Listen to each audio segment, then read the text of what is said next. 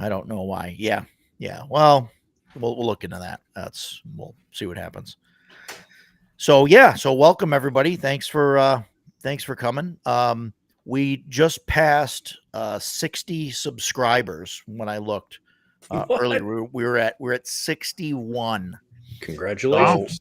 there's Nice. there's at least I mean at least half of those have to be somewhat interested in what we have to say, right? I And then I figured it maybe was just bots. that was what I was thinking. 50% of them bots. If you make it to California on short notice, chicken legs with Japanese barbecue sauce sounds good. I'm on my way. Not going to Nope. California. That's so. Yeah, number 6. Yeah, I think you were somewhere around there, Death Angel. Yeah, big 6. Yeah, the big 60. So we're on our way to 100. I guess that's the Here we next go. the next big step, right? We'll Hollywood's maybe we'll hit knocking 100. on your door right now, Roger. Yeah, we'll see. I mean, we'll see. 100 would be fantastic, I think. But you know, we'll see where it goes. We'll see where it goes. I'm just glad that there's people out there that that want to listen to us banter about Sure. about everything that we got to talk about. So yeah. So what makes a game great, right? Is it the GM? I mean, surely that's got to be part of it, right? No. The GM, the players, the system, the story, the setting. I mean, they all play. I think they all play an important, an important part. But what's the most important? You think? I mean, I think it's the GM because I'm a GM, and maybe I'm biased. Bias. I'm gonna wait until you call on me. No, go ahead. What do you think there, Jason? What do you think? To overrun everybody. I see myself doing that a lot. I'm trying to get it under control. No, you're good, man. I You're think fine. I think it's equal 50-50, the DM and the players. I've got a story for everything, and I'm trying not to go off into storyland. But when you and I first met, you were the second DM that I had after moving here to New York. And the first DM, they were playing 5th edition, but the guy was running Curse of Strahd. But I think it was a 3rd edition module or something like that. Whether it was the actual Curse of Strahd or not, I don't know. But it was not the 5th edition Curse of Strahd. So we were playing 5th edition version. Yeah, that's the one. So we were playing 5th edition Curse of Strahd. He was running it off a tablet, and it wasn't like a full-size tablet. It was this little pocket thing. Oh So boy, he was doing this while he was talking to us, and it was awful. And I've never played Curse of Strahd, and I've always wanted to. It's one of those legendary settings. It's like Temple of Elemental Evil. A lot of people have never played it, but everybody knows what it is. And it was a terrible experience. Absolutely horrible. So that was the first and last time that I played with that group. And then I think 2 weeks later, we found each other. However, I don't even remember how we did it, but went to your place for the first game. And when I came in the door, 2 of the people from that group were sitting at the table, and I was like, "Oh no, not these guys!" But the game was great. I don't even remember what we played, but I remember I had a great time. We hit it off immediately, even after the game left. You and I sat there and chatted for a while because I told you, because I told you I'm new to New York. I don't really know anybody, so we sat there for quite a while talking. Sure. And it's kind of like with George. I've played with him a lot, and I've never not had fun. I've played with you every week, never not had a good time.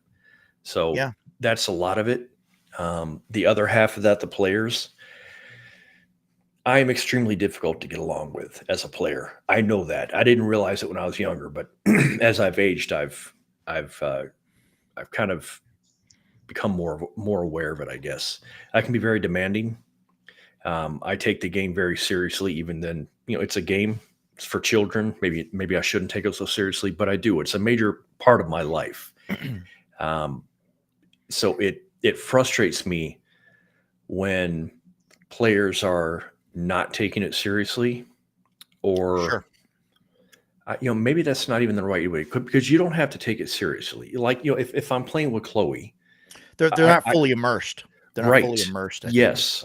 I don't expect an 11-year-old to be taking it as seriously as I am. We're coming at it from very different angles. So that's fine.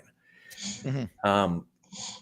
I told you last week about the guy that used to come to the table and sit down and set his laptop up and watch the Green Bay game while we were playing with the volume turned up. That's crazy. I want to flick him and send him to the moon. Just to me, if you're going to be coming to play at a table, regardless of where the table is, whether it's at a con, somebody's house, local game shop, I don't care. You show up on time. You show up with a set of dice, unless you're new and you don't have one, you're going to borrow somebody's, that's fine. But show up on time, sit down, shut up, and play the game. Once the timer starts, whether it's 4, like our game's at 4:00. Once that 4:00 hits, I am ready to play. Conversation stops. Let's get going, because we only have 4 hours. There's a lot to pack in those 4 hours, and I don't want it to be delayed by somebody ordering pizza or digging around in their bag or whatever. Like I said, I know how demanding I am, and I've had to apologize to a lot of people for my behavior. So I get it. I just have really high expectations. So for me, when people in the group don't perform to my level, it frustrates me and it subtracts from the game. But if I've got a good DM like I do, that offsets it quite a bit. So it sounds like the GM is like the key part that makes up most of that. Even a great I know you're trying to pat yourself on the back. Don't break your own. I am. Yeah. But seriously, you can have the best module on the planet, and a crappy DM will ruin that time. You can have the worst module on the planet, but a good DM can make it a blast. I've got examples of both. So yes, the DM is extremely important to the equation. What do you think, Ducato? What's on top for you? Yeah, I'm in the same boat as Jason. I think it's a combination of the players and the game master, and and having that ability to work together, and you can take like a crappy system and still have fun if you have the right combination of people. Like I played the most recent example of that is my Friday night group. We played different games and stuff, and one of our members ran Candela Obscura for us. System wise, I could care less. It's not that good of a system, but the game we played was awesome. And that was only because of her and us. The system didn't do anything to facilitate that. My thought process through that whole, it was supposed to be a one shot, and because we got so involved in it, it became a 4-shot. It took us 4 sessions to finish it, and it was because we got invested in what she was presenting to us, and it was really good. That was really fun. I wouldn't go out of my way to play Candela Obscura again. We could have done the same adventure with Call of Cthulhu or Vaesen, which are much better. I played both, which are much better systems in my opinion.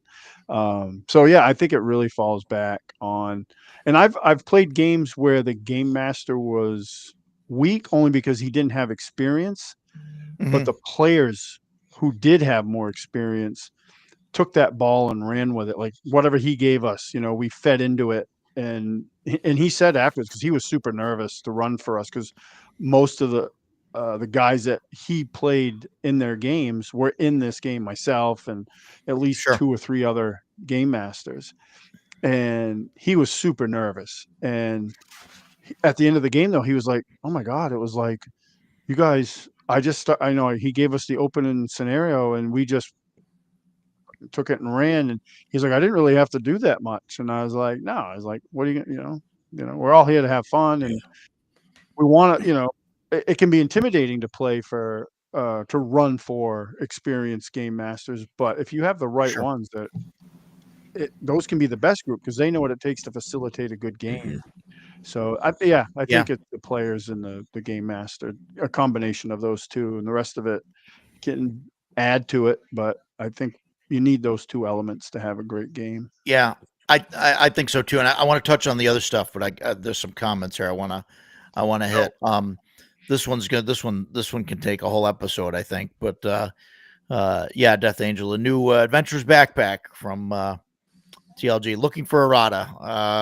Good luck. That a Reforged? I'm assuming it's because I've got the original print, so I'm assuming the new one's for Reforged. It's got to be. It's got to be the Reforged one. Yeah. I'll take a look at it, but I don't know if I'm going to want to get it. Low amount of puzzles is key. That's Joe. I think he's just saying that because of Sunday. I ran, which I thoroughly enjoyed. I ran Dragon Maid. We had a couple people cancel for our game on Sunday at the last minute. So I said, well, we only had 3 players. So it's like, well, I don't really want to go into, what we were going to do. And they didn't have a wizard. So it was, going to cause some issues.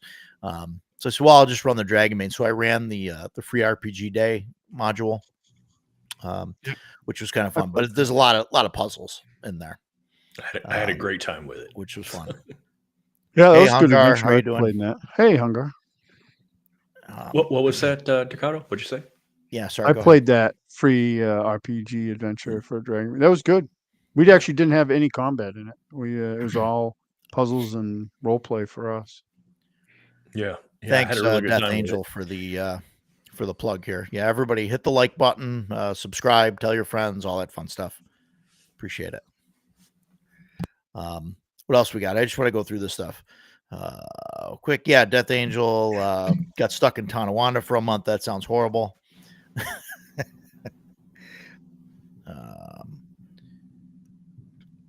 It's the right game in the hands of the right GM. Yeah, I agree. I agree. Yeah, Reforged one. It's not released. I was raised by a poor orc child. Hey all. Hey, how you doing? I think that's all the comments were caught up there. I just wanted to hit some of those. They're starting to pile up. I'm in the same spot. I mean, obviously I think a little skewed that I think the GM is more important than the players, but that obviously that's just because I run all the time, I think. But no, but I understand your points. I do. Like if you have the wrong group that just doesn't jive well together, it's definitely could cause issues, especially if it's a campaign. If you're going to long play thing, you need players that are gonna stick together. And but what about the system? I mean, does like, I know, Ducato, you mentioned Candela Obscura, and then I think something like that works for doing a 1-shot or a 4-shot, like you said, or call it a short campaign or something, 4 or 5. That was designed for it. I mean, to its credit, it was designed for that. It was never designed for long form campaigns. Right. And I feel that way, I think, with a lot of systems that, like a lot of the Morkborg systems and things like that. Like, I don't know if they would work past like half a dozen sessions. Right. Are they going to still hold up like 3 years later? Yeah, right. Maybe not. I don't know. I don't have that experience. So yeah, I just don't think that there's enough there for like the players to like be excited about, to like, reach a point where, I mean, aside from the fact that, Morkborg, the world's going to end at any minute. And, I mean, aside from that, like just leveling up and whatnot, like you're not getting, not that you really need like a whole lot, but I think to have like a progression in front of you, a little bit is nice. You have something to say, oh, I'm gonna get, to this level and get this, or I get here, I get another attack, or I think that's where like Cast Crusades hits a good happy medium. Yeah, I think so. It's not anywhere near like 5e where it's just nonsense from start to finish, but you get a little bit every couple level. You'll get a new ability. In my game, we use the optional advantages out of the Castle Keeper's Guide, so the guys look forward to those and when they come up, and but it's enough. Yeah. And I had players that went into that thinking that it was just going to be all the characters were going to be the same as far as like the classes. Every fighter is the same fighter and all this stuff. Like they found out it Yeah. wasn't that way. You know, depends Yeah. on how you play it. Sure. Oh yeah, yeah, absolutely, absolutely. No, and that's important too. I think and that's like that's part of the system, right? And I think that's important, especially in like a longer game. And it's interesting you mentioned CNC. So I think that if you go back and you find a game that's based on like basic D&D, those will work fine for like a half a dozen sessions or maybe a little more, something like that. And anything that's based on like first edition, I think you can get a little more mileage out of because there's more progression. There's more, every class has more things at every level or whatever to do rather than just getting hit points and an additional +1. Yeah, that was we've spoken very briefly about that. We nothing we spoke about was briefly. Well, with me, absolutely true. But you were talking about can a system make or break the game? We started out using basic fantasy. Yeah, and I've said before, it once we hit about 4th level or so, it just didn't really work for us anymore. But it was more than it just didn't work. And that really plays into what you just said. If you're using a system that is based off the Red Box or Mulvey or whichever basic system, it's really designed to only go up to like level 5. And once you start doing that, it kind of starts to fall apart a little bit. And with basic fantasy, that was absolutely true. And so, we had a kind of a bitch session. We sat there and we were like, these are my problems. And Joe summed it up perfectly. The monsters were getting stronger and we were getting weaker. Every time we fought a monster, if it was 5th level, it had 5d8 hit points. Whereas, we're sitting there rolling a D6 or a D4 for hit points and rolling 1s and 2s on our hit dice. And it was just abysmal. Then I mentioned about not me. I think it was last week.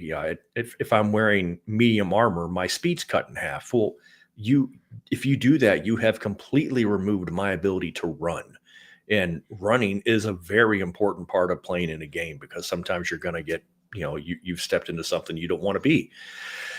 Whereas, like you said, in the more advanced systems, AD&D and all of its progeny, the options are so much more in depth. There's just so much more you can do that it allows your characters to level, which means that the campaign can carry on for further, for longer times. So, sure. Yeah. Thanks for your support, Agile Monk. Thanks, Agile. Appreciate it, man. Yeah. And, there's certainly exceptions as like I was thinking about, like Axe. I know we Adventure Conquer King system. Like we talked about that briefly. Jason and I did, and that's based on basic actually, but he's done like a lot of work to make that into, a more substantial system and whatnot. So, but yeah. I think, I think like Bastard Crusades is going. Yeah, like even like Shadow Dark, every odd level. They only go to 10th level anyway, but every odd level you get to roll on the random talent thing for your class, which is it's something. But we're playing. I'm unsure. One of the games we're playing, OSE doesn't seem to have. I mean, I'm not hating on OSE so far. I like it, but we're only a couple sessions in. Well, I say that my Ravenloft game I'm in is using OSE, and my son's running OSE, and I like it. It's very simple. The books are the gold standard of formatting. They're easy to use. But we're already changing things like in my son's game. Like we're doing, experimenting with roll to cast and changing the spell list because like Dragon Slayer has way more spells to offer than OSE does. Like even some of the ones you would think would be a given for, like I'm playing a druid that would be for a druid. They're not in OSE, like Magic Stone or Flame Blade or Shillelagh are not in OSE. Shillelagh's not in it? No, which that's is like weird. A staple druid spell, yeah. I could have used it in the last session too. So, I mean, I guess, again, it's the strength of a lot of the older games is you can put stuff into it and it doesn't really mess things up. But it Yeah. is nice to have like a little. I don't need a lot. I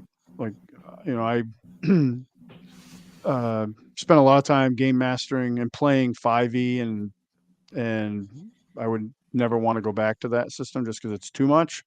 Yeah. But having a little bit of something to look forward to is good. Mhm. I Yeah. think No, that's I, good I for agree. everybody. There's definitely a point where you can have too much, Yeah, it's of too much to something. track. I haven't played Shadow Dark enough to know. We've just played in some one shots and things like that. But as far as like the leveling up, like I don't know what that progression looks like. I know Um, the XP resets and it's 10 yeah, times the level you're trying to get to, right? That you yeah. need. How quick does that go? Is like after you hit like level 5 or 6 or It really depends, like on your. Like I felt that we leveled fairly quickly, but Mhm. we also would hit the carousing really hard, and the more Yeah. you spend on that, the more chance you have to earn XP. So I felt we leveled pretty quickly. I liked it. I played a caster. I played a wizard in it, and I liked how the spell casting worked. I liked getting, like I said, every odd level you get to roll on the talent um, chart and get something either new or even double up on stuff, which you could do in that game. So Yeah. uh, Joe, yeah, he actually shot and killed that. You never I know killed what it, you're gonna run bagged it, into in and Maine. mounted it myself. Um, Thanks for watching, Joe. Appreciate it. yeah, thanks, Joe. Um, yeah, so I think it's a good system actually because it does give you a little bit here and there. And I was just looking at that PDF. Actually, I have the PDF, the Tales of Argosa. I just don't need another Yeah, game. It looks I great don't know though. too much about it. I've heard of it. I don't know too much about it. It's like a sword and sorcery So style game. It looks kind of cool actually. The art's killer, and yeah, I got a PDF of it. Looks pretty good. nice shot. You got to get Thanks. lucky when you're trying to bag, Yeah, an elder god. I got him right before he hit me with his mind blast and took him down. Um, yeah. Yeah. So I mean, system. Obviously, system matters. I mean, everything matters, right? A little bit. I mean, but Right, it's like a recipe to a cake, right? If you chunk yeah, a piece of it, you might get by with it being okay, but like if you do everything, all the ingredients perfectly, like it's going to be sure. so much better. I think that the longer the campaign's going to be, the more the system matters. If you're just doing Yeah. half a dozen sessions, the system really doesn't matter, right? Because you just No. make it work and you just do it. If First you're gonna level is play first level. right, right, yeah, it's the same across the board for the most part, right? Mhm. You're squishy, you can't do much. You punch Yeah. things, you swing your sword, that's it. But yeah, as you progress, that's where the differences really become apparent, and that's where you really want to make sure that you get a system that's going to fit the campaign. I think, which is the issue that we ran into, and I think now we're doing CNC, and I think that's a good fit for now anyway. When I was living in Alaska, I was with a group, and I really liked the group. I got along really well with most of the group, but it was fifth edition, and I was playing an Elven Cavalier. I'm a big fan of the Cavalier Knight Paladin, that sort of thing. The knight in shining armor. I really like that sort of thing. And the whole time we were playing, I kept thinking, God, if only this weren't fifth edition. I was having a good time because I was playing a character that I was interested in, and I Yeah, enjoyed the group I was with and the campaign. And it wasn't, it was based in the Forgotten Realms, but there was, we weren't meeting Elminster, and we never went to, Neverwinter or Waterdeep or anything this stuff, but it was just general Forgotten Realm stuff.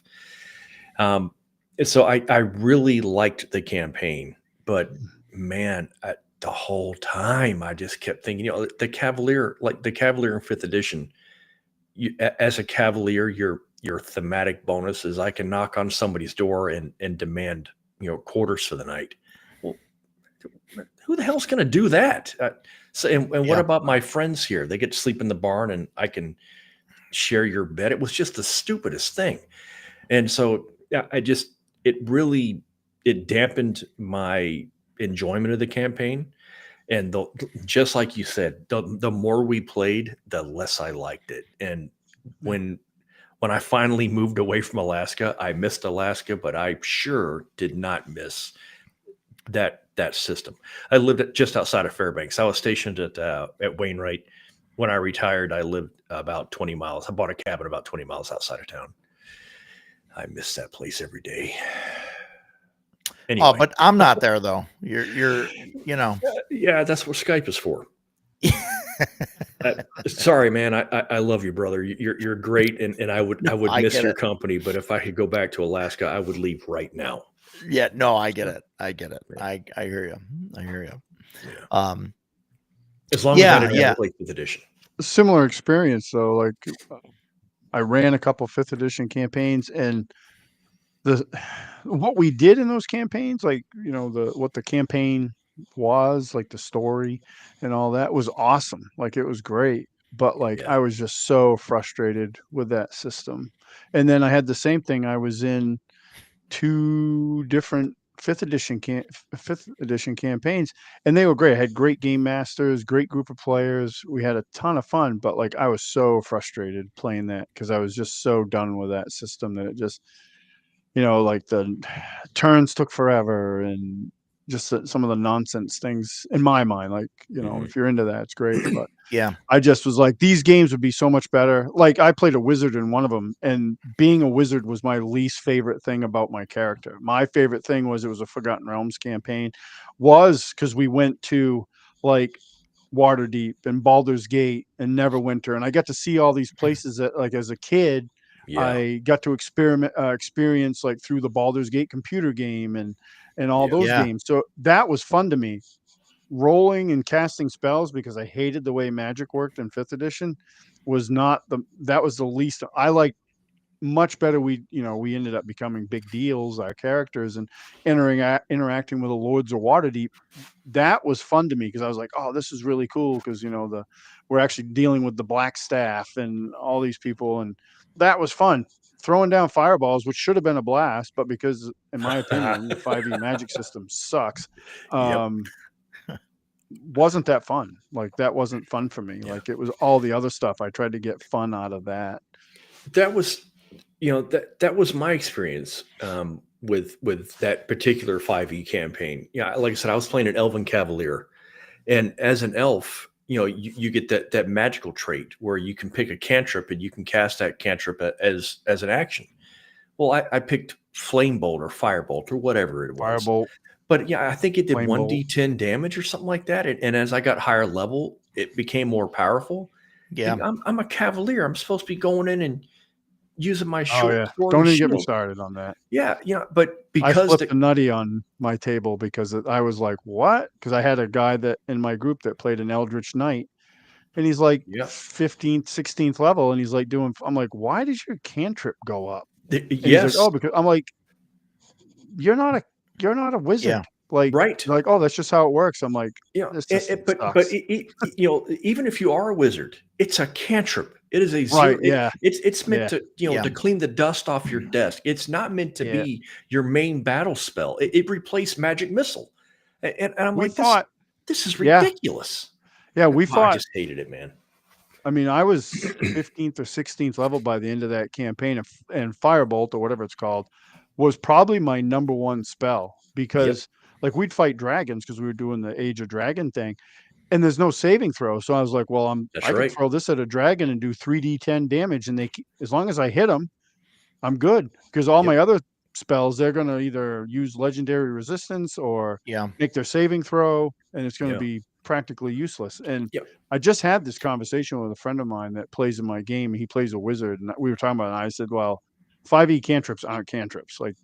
No cantrip should do 4d10 damage. That's not a cantrip. That's crazy. It's a fucking 5th level spell, for Christ's sakes. Yeah, and for me, I was talking about that to somebody that was very pro 5e once, and he was like, "Well, then just don't cast the spell. Charge up with your sword." I'm like, "No, dude, that's not the point.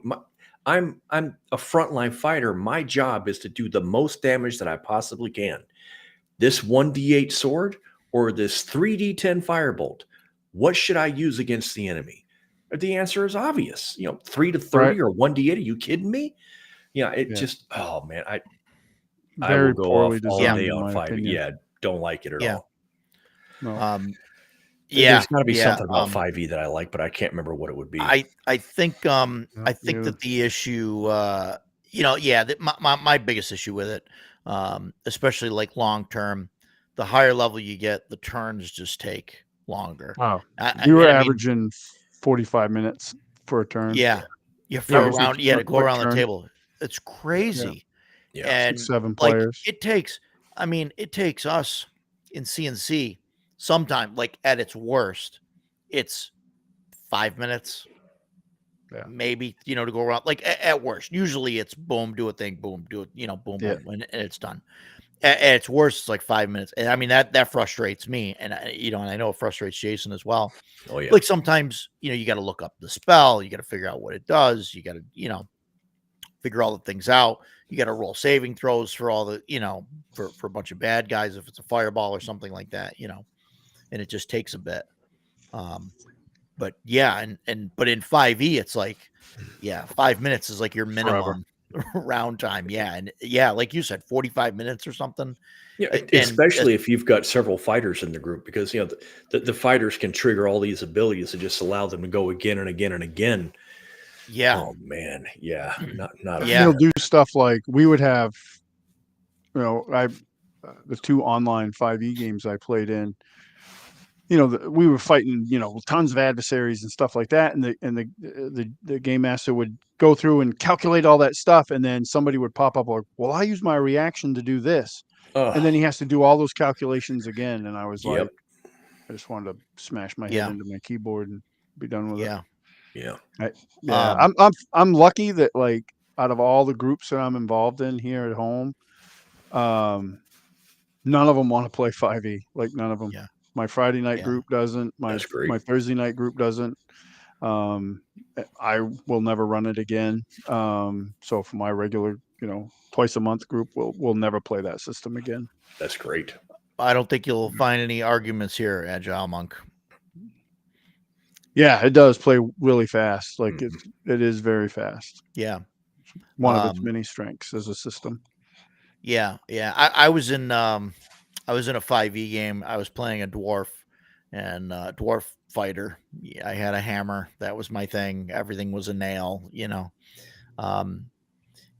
I couldn't we were playing through some things that I had played through before, so I had to play the dumb hammer character, and we tried to sneak up on some I don't know, Egyptian mummy lord something, I don't know, some I of course failed the sneak roll because I'm wearing full plate and hammer, and I mean I failed the roll, and so she cast disintegrate on me, and I was thrilled because I was like, save, isn't it? I was like, that's a con save. I can make those all day.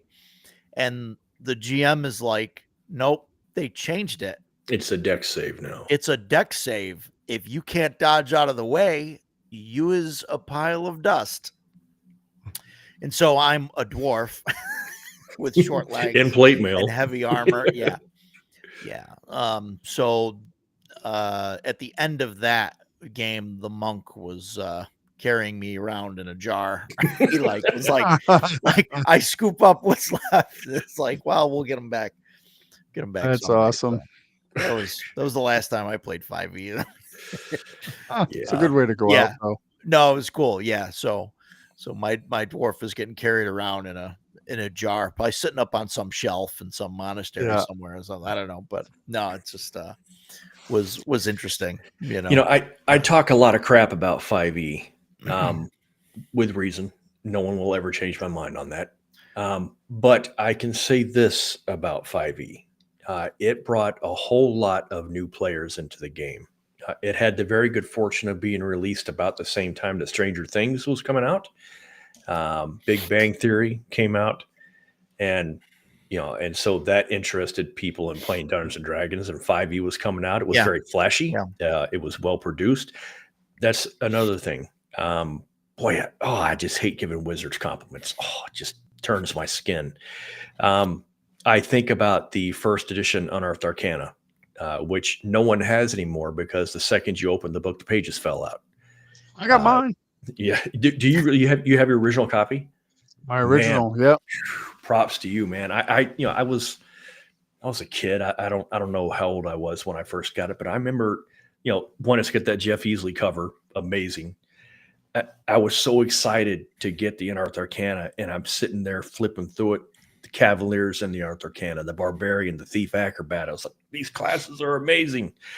Yeah. And I'm flipping a page, and the page came out in my hand, and I was like, what have I done? Yeah, I was a kid. I couldn't afford to go buy another one. I could not do that. So that was terrible. But man, Wizards production value, their books are very well put together. I never had one fall apart. Yeah. Well, I mean, part of that too is that awesome, man. I know that there is not in great shape, but it's not falling apart. It's still there. Yeah. But modern printing has definitely come like a long way.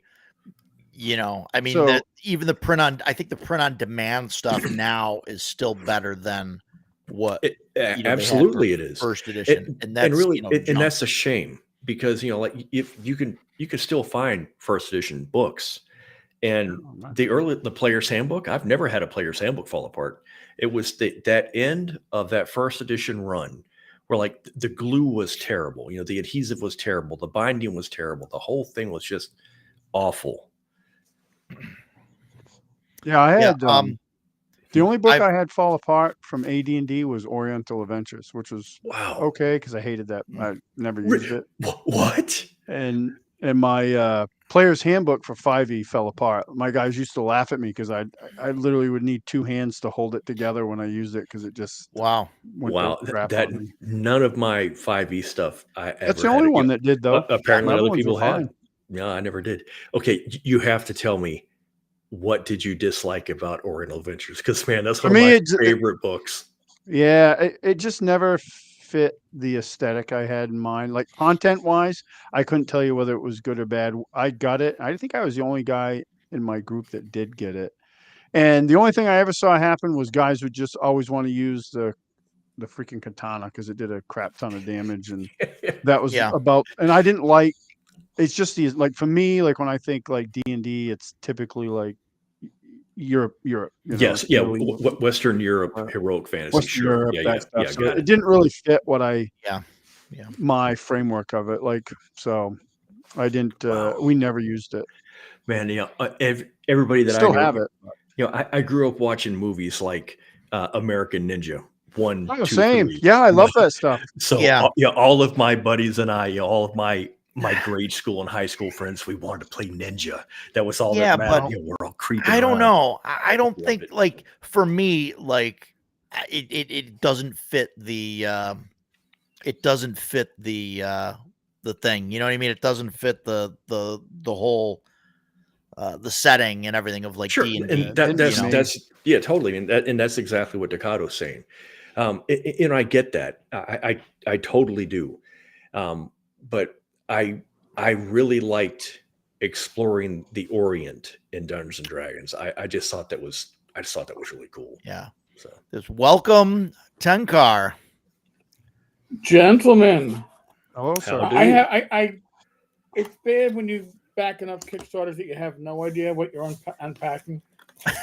But you got an unknown box. I do that all the time. I'll have a box show up and my wife will send me a picture of it and it'll be some huge box and that's heavy. And I have no idea what it is. It's like Christmas. And then I open it up and I'm like, oh, it's this dumb thing that I backed 2.5 years ago. Okay. There you just go. Got yours, didn't you, Roger? Yes. I just got mine the other day. Yeah. Oh, wow. Wait. They can still like show this? Whoa. We just lost half our viewers. You're demonetized. I don't I don't. The good news about that, Tankar, is I don't have enough subscribers to monetize, so I can't lose monetization. We're good. We're all good. We're all good. So, Unearthed Arcana was made cheaply on Bloom's orders. Yeah, I That's right. guess Yes, that makes sense. it was yeah. Bloom that destroyed that stuff. That is Yeah. 100% correct. Yeah. Yeah.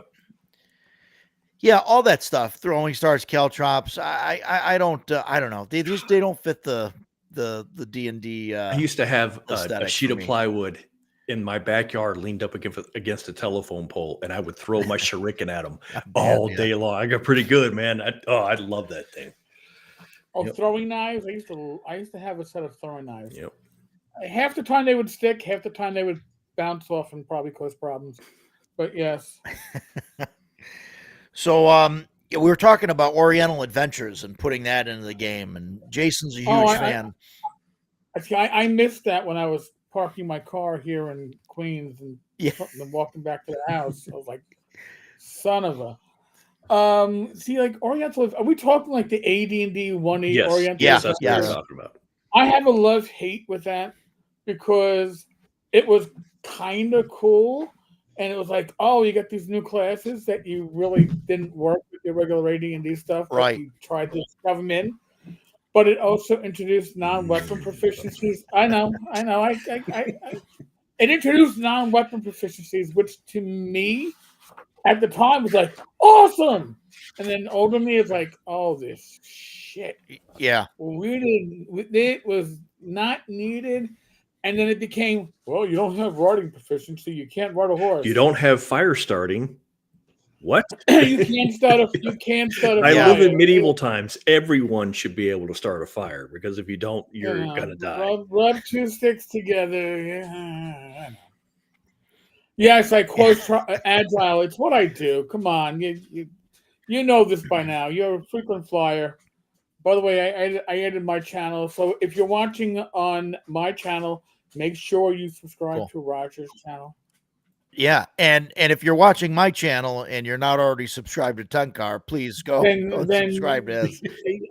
You're like in Siberia or something. I don't know. That's what's going on. That's a short list. Probably. We can't help you. You're lost. You're lost. Tinker, was it Oriental Adventures that introduced non-weapon proficiencies? I thought it was Oriental Adventures that introduced it, and then Dungeoneer's Guide and Wilderness Survival Guide. Those, the Wilderness and Survival Guide. Yeah. They brought it to regular AD&D. Yeah, but those are two of my favorite.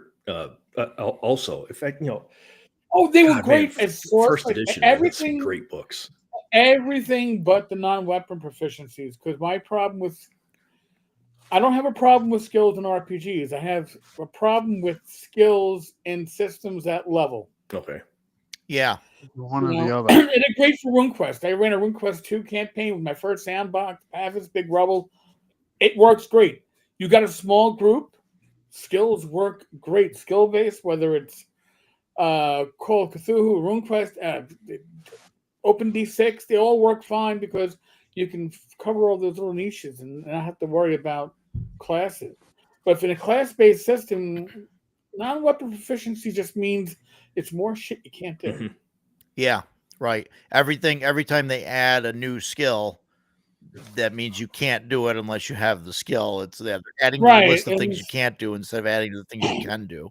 Yeah. Right. And it's not like Traveler where people can go, oh, I got Jack of all trades at 0. It means I can actually clean my butt up without help because do anything. Yeah. We don't. If or it isn't like you either have it or you don't. Once you introduce skills, people don't go, well, isn't there like a basic knowledge? Like, I don't have a skill in riding a bike, but I can probably learn it, and I have to put a skill point in it, right? I'm like, no, you don't. You could ride a horse. Maybe not a war horse, right? You're not riding it into battle. But can you ride on a pack animal? Oh, I don't have the skill. I said, no, come on. Yeah. I've always been the more permissive type of like anybody can really do anything like that. It's under duress where I'm going to make you make the skill check. Like you can ride a horse. Anybody can ride a horse. Maybe that's not true, right? But like in a game, you can figure it out. It's like you can. But if you're being attacked or your horse gets attacked, then you need to know how to ride the horse. Right, but then here's the other question. Then, all right, so you've been trained at riding horses in combat. Do you have to make your skill check every time you're in combat, or is it only in certain?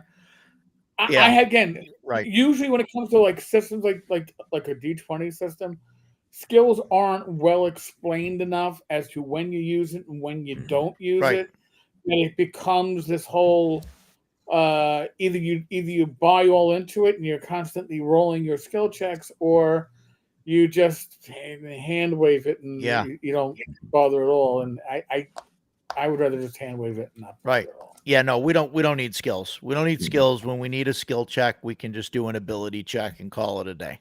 Yeah. That was, George's example last week where he was talking about the ranger that was running down here and shooting, and then the gnome illusionist was trying to do the same thing and fell over. That's a great example of, picture that scene happening in a 3.5.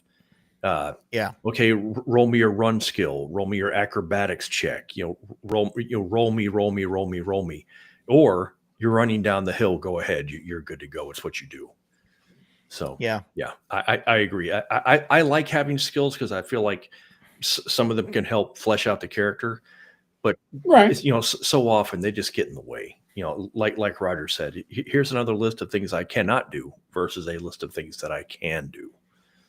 Yeah, like AD&D, we had you had that wonderful list in the DM's guide that was like thrown as an afterthought. What did you kind of do before you became an adventurer? Oh, I was a Fletcher. No, you weren't. Right. Everybody wanted it, right? No, I can make arrows. My warrior was a Fletcher. I'll make my own arrows. No, I was an armorer. No. Totally agree. That's probably a farmer. The DCC list. It's got 100 just oddball actual medieval jobs. The gong farmer. The rat catcher, things like that. Yeah. And it's nothing that's going to be like, I can make my own arrows. It's like, no, you get a +1 versus rats. Okay, thanks. Yeah. You have a rake so you can rake out the poop. Right. Yeah, but that ought to give you some kind of poison damage if you crit or something.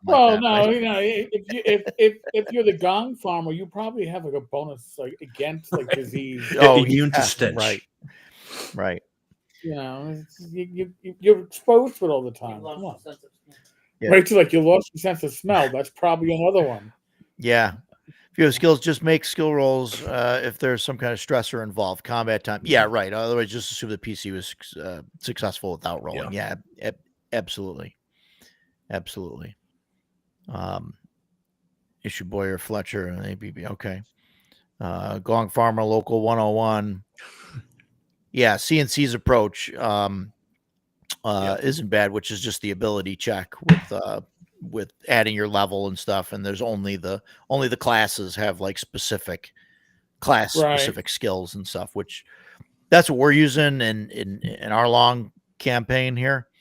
So going back to the actual topic of tonight's discussion, but tying it into this, it was interesting to me at the beginning of our campaign. We had a couple of guys that had only ever played 5th edition. Josh was one of those guys that was, and man, it was so hard to get him to break those 5th edition habits. Anytime he would want to do something, he would look at Roger and be like, what do I roll to do that? And Roger's like, what do you roll? What are you talking about? You're just starting the fire. What are you doing? Yeah. Like, oh yeah, but I have to roll, right? Yeah, man. Because it's the guys get addicted to that die. Okay, I'm going to roll for every single thing I do. Or we can play Dungeons and Dragons. You can start the fire and we can cook our dinner. Right. You can talk it out. I've run at conventions 2 sessions of Sorcerer with Relight for 5e groups. One was a home group from that 6 of my 7 players played 5e together, signed up to play D&D on the hard level, as they actually told me. Yeah. I thought that was no, nobody says that. No, they wanted to play D&D on the hard level. And they bought in right away. They were really great about it. And then at GaryCon, the year we had a lot of snow, we had our 5e GM get, they got snowed out. I had to run a session for everybody from 5e, and I show up with, I should still have them up on me. I show up with a pile of these, and I'm like, hey, this is what you're going to play. 4 pages. And one guy walked away because he knew it wasn't for him. Everybody else gave it a shot. And it took one player the whole session to stop telling me, I rolled to detect lie. I rolled to intimidate. But you had the other players policing him. They're going, dude, no, tell him. Tell him what you're doing. Yeah. No, what do I roll? They're like, no, we've been doing this now for an hour. Tell him. Explain to the GM what you're doing, and you'll get an answer. So some people do get addicted to the role, right? Because it takes away their responsibility. And I think it's player skill, right? You have to have. Well, you were talking about it earlier. Like, what's more important, a good GM or good players? Mm-hmm. The right GM with the right rule set is very important. Sure. Okay. You got to find your comfort zone. For me, that's AD&D 1E, 2E, Swords and Wizardry Light. But you probably Hyperborea, I'll be overwhelmed, and DCC, I'll probably, even if I know the rules, I'm not going to get it right because I'm going to want shortcuts. Yeah, that's just my style. But good, strong players make you a better GM. Okay, and I'm not talking about rules lawyers because I play with a bunch of them because everybody is a game master and a game designer. So I game with rules lawyers. And that's fine. But I'm talking about strong players who think out of the box and will surprise you. And literally, like, I never expected that, but it makes way too much sense. Holy crap. Why didn't I think of that? That's what you want to have a great session. Yeah. At a con, at your home, whatever. It all works together as a perfect mix. And similar expectations. All right. I mean, I like to run less rules-heavy games. If my players want crunch, they're not going to be enjoying it as much. Just like if I throw my players into a very crunchy game and they wanted something like Swords and Wizardry or OSC, and they're like, what the hell is this? You got to find the right balance. Everybody's got to come to the table and have what they want. Yeah. I got a lot of books. It's another shelf wider and a couple shelves taller. And I don't know if I should be proud of that or not. I don't know. Dude, listen, any convention I go to now, and my wife will tell you this, I fill the trunk with things I can donate for an auction. It's like stuff that I am not going to use. I won't. Yeah. I'll look at it and go, oh man, I had great expectations for that box game that I never even got the cellophane off of. I'm donating it because it needs to be played, right? Yep. I don't need to be the RPG hoarder. Yeah, that Frosthaven that got auctioned off at Rogers Con last year was mine. I backed to Kickstarter the full thing. I couldn't wait to get it. Open it up once, looked at it, and I was like, I'm never going to get to play this. Put it back in the closet.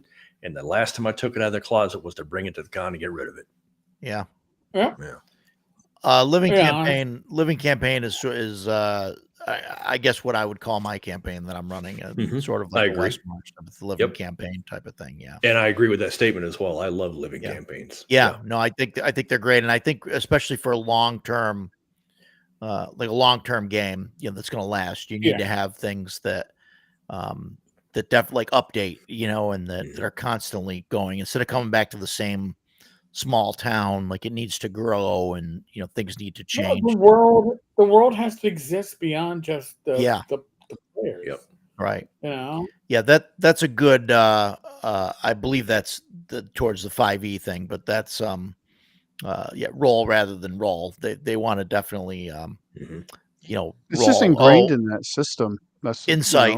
I remember that trying to run one shots,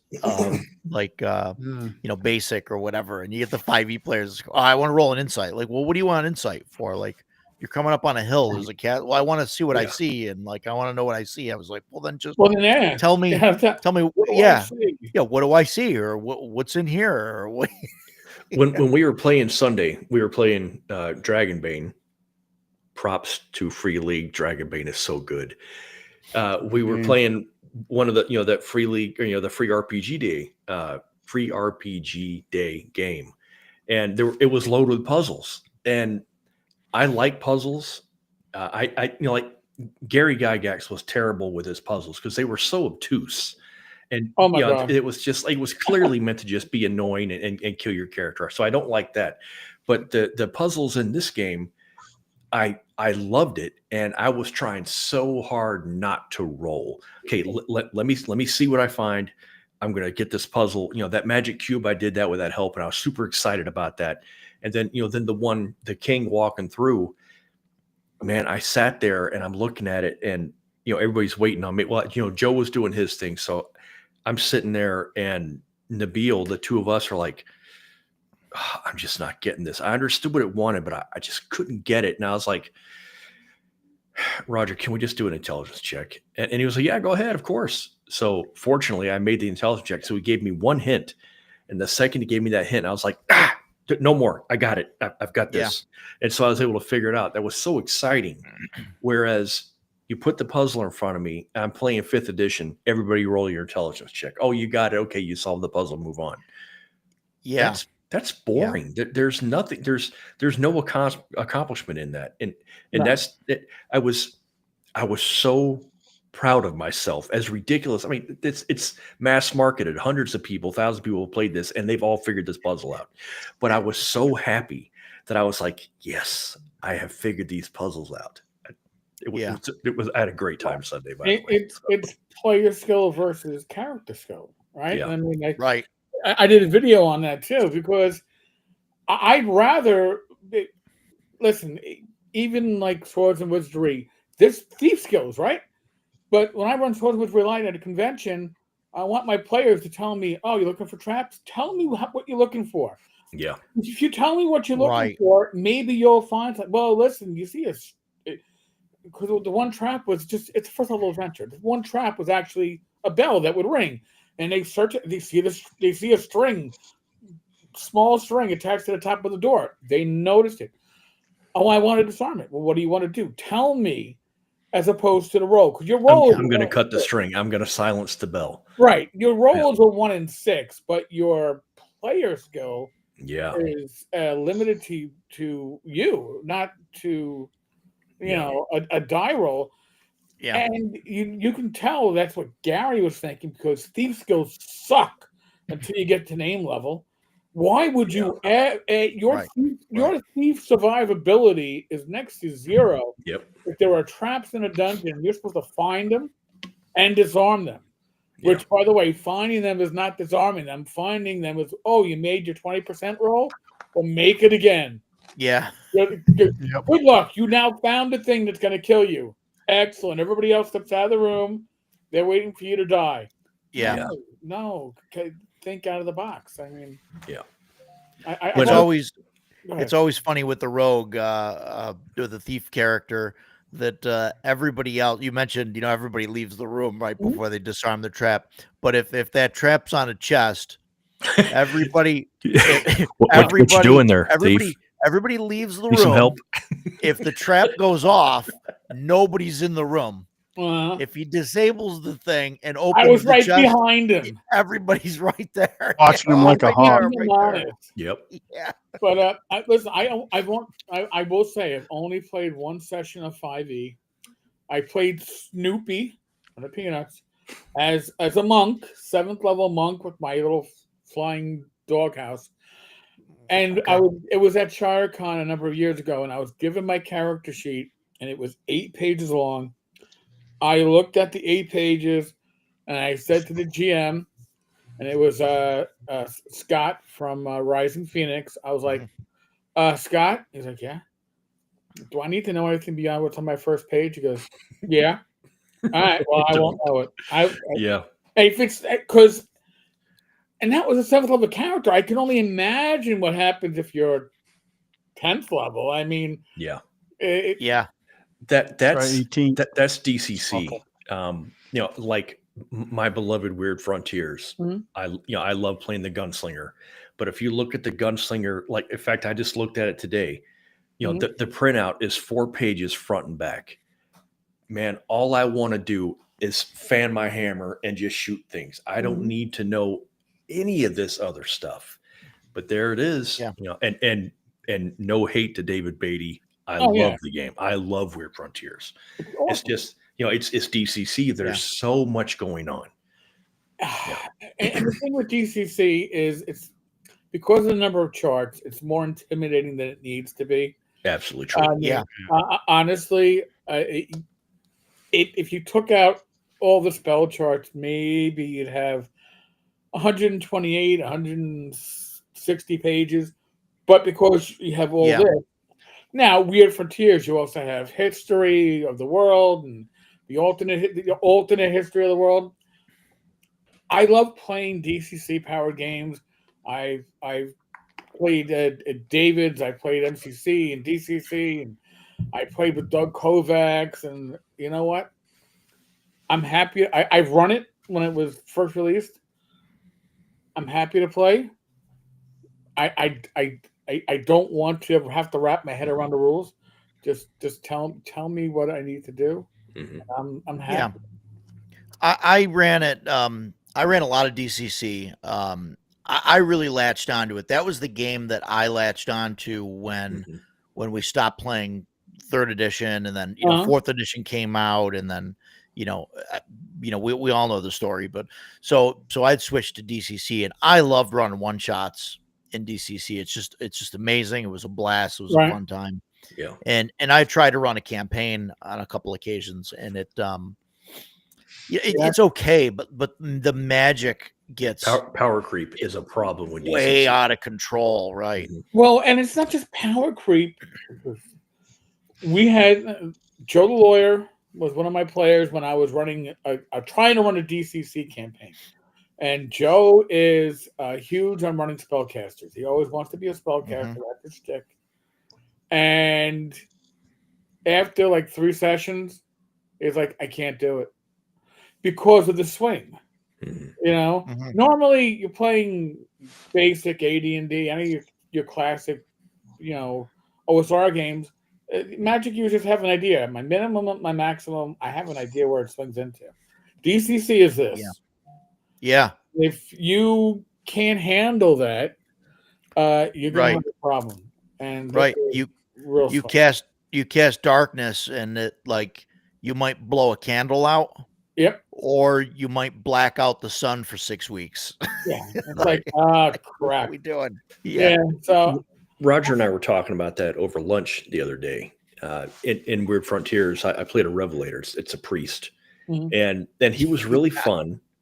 But by some miracle, I was getting amazing rolls when I was playing him. And like I would cast a spell, and I would do so well that I would I'm levitating 30 feet above the battlefield where nothing can touch me, and I'm raining down holy fire upon my enemies.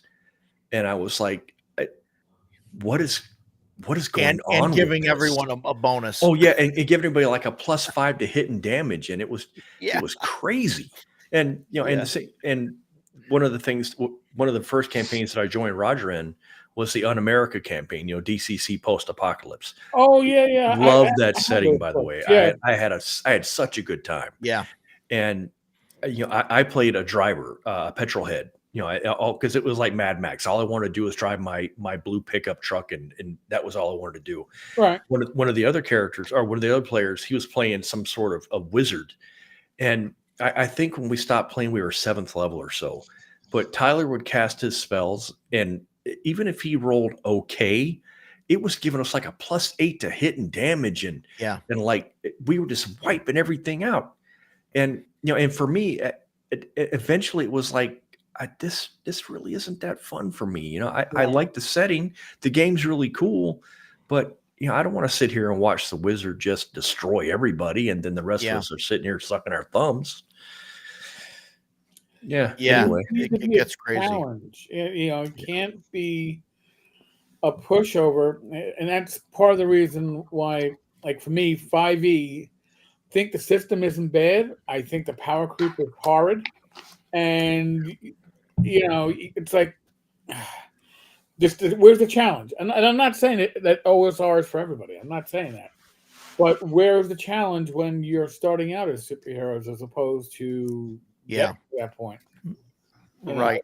It's like, Right. And and I get like the thing about like the OSR games, and we went through it too, where you have characters, a couple bad rolls, and somebody's dead. Right. It's gone. And so I get that, and I get why like people give like max hit points at first level and like things like that to try and soften that blow. Yeah, I don't have a problem. But like 5e goes like too far in the other direction, where now it's like it's impossible. Fill your save versus death 5 times in a row, and then you could be dead. Yes, no kidding. We'll see if you actually are. It's like yeah. It's like, Chad, thanks for coming. Yeah, Chad, you can blame me if you're coming from my channel, but I was at puppy training. My dog's doing so well. I'm just a happy puppy owner. So what we kind of talked in the beginning a little bit about what makes a campaign great, and the three of us anyway were pretty set on the GM and the players being probably the biggest thing. What do you think, Eric, as far as what's like the biggest thing? Is it the GM, the players, the system? What's the most important thing to make a great campaign? I think that you first off have to have a system that everybody buys into. All right, you just can't say, "Hey, we're going to play DCC because I'm the GM. Sure. That's what I want to run," and your players are like old Joe the lawyers, and they're going to be fucking miserable. I don't know if I can curse in your channel, but I've already asked. It's all right. All right, we're not that child friendly, but seriously, if your players aren't going to buy in, you're going to have a miserable time, and they're going to have a miserable time. Sure. The GM. For a successful campaign, in my opinion, shouldn't be learning the rules as the game goes on. He should be knowledgeable of the rules. You can you can do things like, I don't really know the rules on a one shot, maybe as a side thing, but if you're going to be running a campaign, don't just go, I got this great box set and I just read the rules once and I'm ready to run it. Because unless you have a player or two that are experts, it's going to be a miserable experience for everybody because you're going to be constantly stopping. We switched to Castles and Crusades. It's been like 9-10 months ago now at this point, but and we started pretty much from scratch. I mean, well, not from scratch. We've played like one shots and small things and things, and Jason played like a longer game than I have with it, and I was in a few sessions of things, and it was kind of like a learning experience. Not that Castles and Crusades is by any stretch like difficult to learn, if you understand any kind of OSR game, but yeah, definitely knowledge of the system going in is definitely a plus. Yeah, and you want it to, and because we're talking about campaigns at a convention, you better not be learning that system if you're going to run it, because that's where players are going to learn a system. You want something that you can run fairly seamlessly, and if I'm running something, I'll let the players know ahead of time. Hey, listen, we're running a campaign in this setting, or hey, we're running. It's my own setting, but it's going to be episodic. So we're going to run 2 or 3 sessions, break, and then you're going to start at wherever else. Like we did back in the day, right? Well, where the setting was somewhere nebulously in the background, and you just pulled out an adventure from Dungeon Magazine. That's like DCC. Yeah. DCC is built like that because they've never really put out a real setting for it. I mean, they've been setting right as Kickstarter. Different, yeah. Yeah, but nothing that's really in the core. Right. In It's the core episodic. setting. Yeah. It's just kind of like, Right. yeah, there's a setting in the background. Don't worry about it. You have your adventure, and then in between adventures, you're doing something nebulous. But I think if you're going to do a campaign, you have to have a world. It can expand as your players are going through it. That is fine. That's probably the best way. I don't think you want to take like the Forgotten Realms and like throw it on the table and go, here's the Forgotten Realms. These 17 books in the last year and a half have come out on it, and we'd like you're going to be tested on this in the next week and a half, your knowledge. Yeah. I think that expanding as the players get more powerful, but I think as a GM, you got to worry about over prep. I mean, if you're going to be running something like, we're probably more geared towards sandboxes or hex crawls, depending on how you're looking at it. But I know people that will detail everything, and then your players go off in a direction that you don't want them to, and now you're looking at them. I've definitely made that mistake. Yeah. In the past. Now I'm like the other direction with it, where I'm just kind of, I fill things in as they need to be, and I kind of have a general idea. The game mastering like by your teeth, like I'm on the edge. Yeah. But I think that personally, for me, it's better for me as a GM for that, because I don't get bored. Because my players are pushing me to be creative, and I don't over prep and then go, oh man, I got this great location, and the players they're going to be too high in level to even go there. What am I going to do with this? I mean, I wrote it. I need to go. You start turning all the orcs into ogres, all the ogres into giants, or you just kind of upgrade. Yeah, so that's the danger of that. So I think, like, for a successful campaign, you're broad brushes, and you throw out a few hints and require your players at the end of a session. Where do you think if you're wrapping something up, where do you think you're going to go next week? Yeah. Talk out amongst yourselves before we wrap up, because I got to prep. And if they throw you a curveball and go, oh, we changed our mind and we didn't tell you. Yeah. So. That's great advice. I just want to shout out, say hi to Greg Gillespie. He's in the chat. Thanks for joining us. Yeah, thanks. Look at me. I think definitely having having a setting that develops as you go and stuff is definitely important. To a bigger campaign. What do you think about having?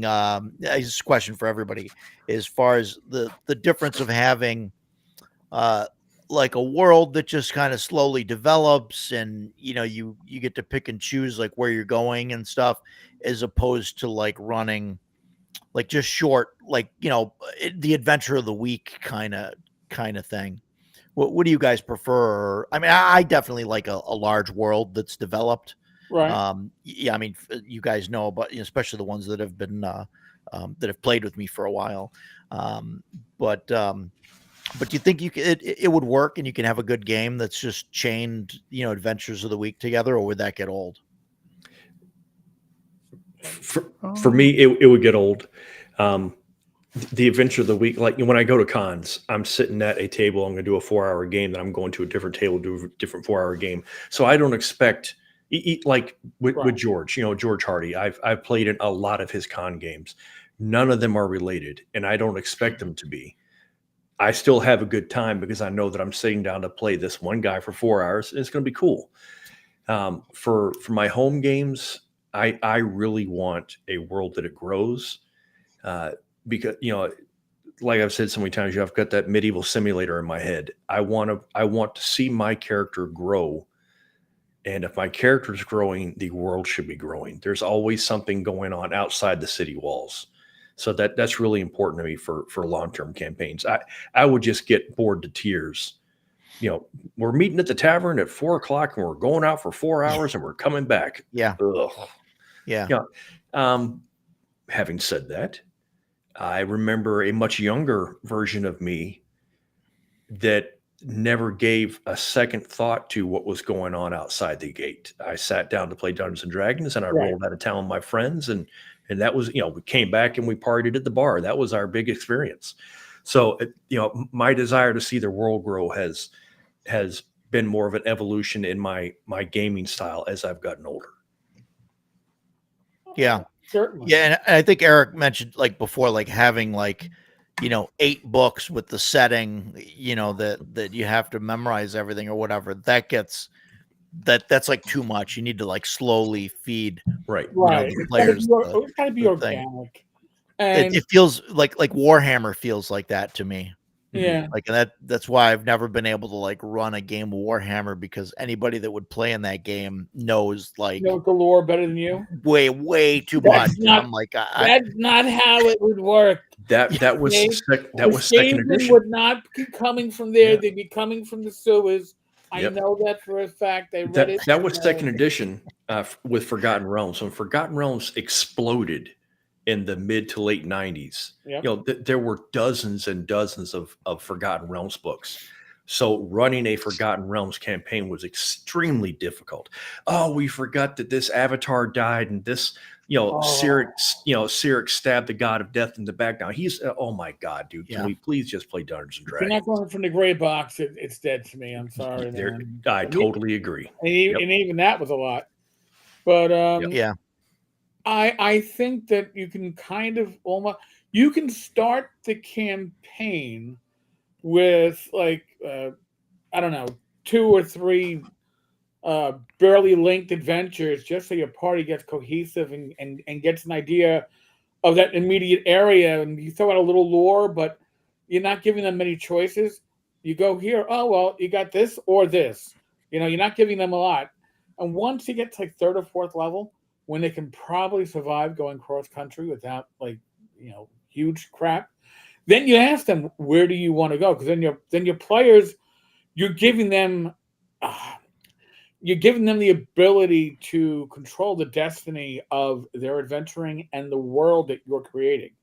So, and you've got to establish them a little bit before that too, because until they've got 3 or 4 levels behind them, they're clay. They're not defined, right? Sure. If you're an OSR, it's not like a 5e character where you come into it and you're like, and I've seen this. I saw this back in the area of Tui. My character is the 4th son of Lord so and so, and it's like, dude, listen, if your character background is longer than 2 paragraphs, you don't need it, because it's not your background that matters in an old school game. It's your character's growth that matters. The heroics that you do as you're adventuring. And once you have a couple of adventures behind you and you've established a couple of levels, now your characters are getting a little reputation.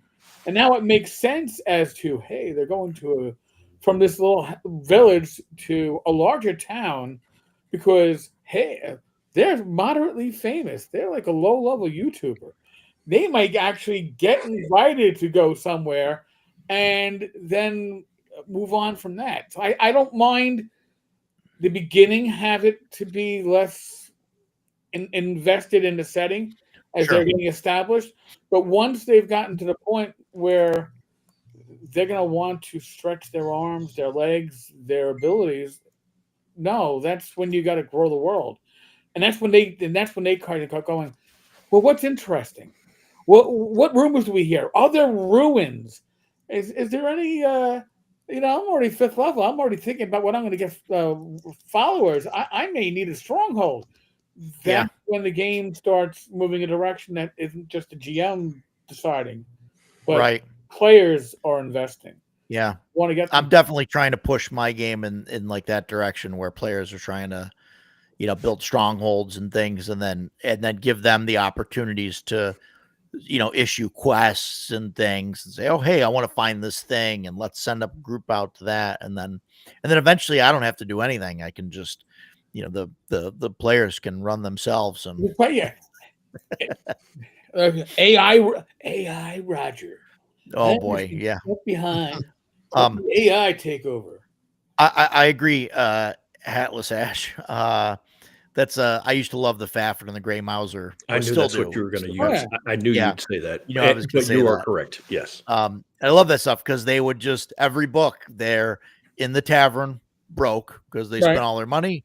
They go out, they get a bunch of riches, they do the stuff, and at the end of the book, they end up back in the tavern spending all their money. You know, and that's true. But those books are written for a very specific audience. Sure. Yeah. To do a very Right. you know, Right. nobody, mostly nobody, wants to read a book that should be this thin and is full of adventure versus a book that is this thin with this much adventure and this much day-to-day stuff. Sure. Yeah. Right. So that's why those books are written that way. So But there's also the implicit setting that's already written into that too. Mhm. That's true. Yep. You know, Yep. usually when people do quote episodic like we did when we were younger, there was no setting, right? Until you found Greyhawk, you probably didn't know of any setting. And Greyhawk, the folio had so little details. And by the way, folks, if you have the Greyhawk setting and your players want to take over the Wild Coast because it's the only place that's not inhabited, don't use grease pencils to map out their advancement because it will literally pull the ink off your map. I learned that at 17. Not a good lesson. I still have those. Episodic Shellback. I agree as far as like the party pool, and that's kind of the way that we discussed this in another episode. It's kind of the way that I run my game, where it's similar to like a West Marches type of game. And all the players come back to town at like the end of the session so they're available at different dates to go out. So it doesn't really matter who shows up like week after week. If we're missing people, we don't have to worry about, drop in and Right. drop out. I am too, Death Angel. I am too. Same. I'm just a guest on a low-level YouTuber's channel. I mean, it's like pond scum. So yeah, someone asked if you had a YouTube channel. Who, me? At Yes, some you. point. Yeah. Hell no. Yeah, you. Well, you were the only one because he. Because I talk too much. I don't That's remember all I where it mean. was. There's been a lot of comments. Yeah. We've never had this many comments on a show. But we've never before, had this so many viewers either. So Yeah, thank you, yeah, everyone, that's for true. coming over. Yeah, thank you. Absolutely. And I know you already gave him a shout out. Greg, I am delighted to see you joining us. It really means a lot to me. Appreciate that. That's cool. Yeah, it's cool. Very much like the same time that Dakota joined us. I was like, oh my God, I follow this guy on Discord. His painting is amazing. I can't wait to talk to him. Turns out Dakota was super cool. So, and Yeah. Tinker also, thank you a million. It's Oh, so come on. so cool sitting here talking to these guys, man. This is, Yeah. Smiling the whole time because This I is what love we- talking about D&D. this is what we do. And by the way, Yeah. Greg Gillespie, I played in his one of his Barrowmaze adventures at North Texas this past year. And Yeah. listen, I played him. I never play magic users. I'm always like a cleric or the party needed magic user. I stepped up and took magic user. But we had traps, and Greg is somebody. You bet you had traps. We had a lot of traps. Greg is someone as a GM who it's garbage in, garbage out. If you ask garbage questions, you Yeah. get back garbage answers. We learned that immediately, Yep. and then went, okay, let's think about. And he made us better players. And Yep. I learned a trick or two that will make me a better GM, I think. But it was a really good experience. And there were 3 survivors at the end of at our table. I got to say, I was one. My wife Rach was another, and the chubby funster, another Greg, was the third. But Yeah. we your mindset changes when you go. Because a lot of times you're at a convention, you're just like, I'm rolling. It's like, oh, wait a second. My thinking is going to make my character get to this die is going to kill me. Yeah. At some point, this die. The less I roll, the better I am. And I had the extreme pleasure of playing twice with Greg at RogersCon at CNY, and unfortunately, I was playing. No, that's not true. I want to say I was playing a cleric. I was playing a fighter cleric. I was playing an elf, I think. oh, nice. I barely survived the first game. I mean, if there was a trap, I was going to walk into Oh, it. It was ridiculous. wait. You survived. I did. You And yes, and then the second game, I asked him, hey, can I play the same character? And he was like, yeah, of course, go ahead.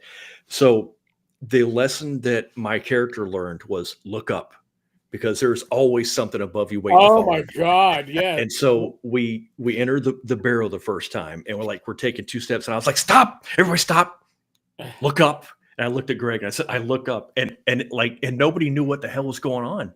But Greg smiled at me. He goes, you see something. And I was like, yes, the lesson learned has worked. Yes, there you go. Because and but like you said, and this goes back to our earlier discussion. It was, I search for traps. No, okay, great. You're searching. What are you doing when you're searching for traps?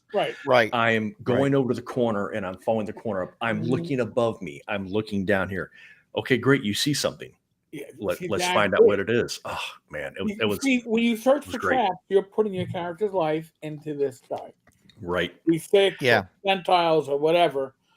But when you describe what you're doing, now it's like, oh, well. Now he's in my hands. Now it's in your hands. Well, I want to run my fingers lightly across. But when you run your fingers, you notice an irregularity.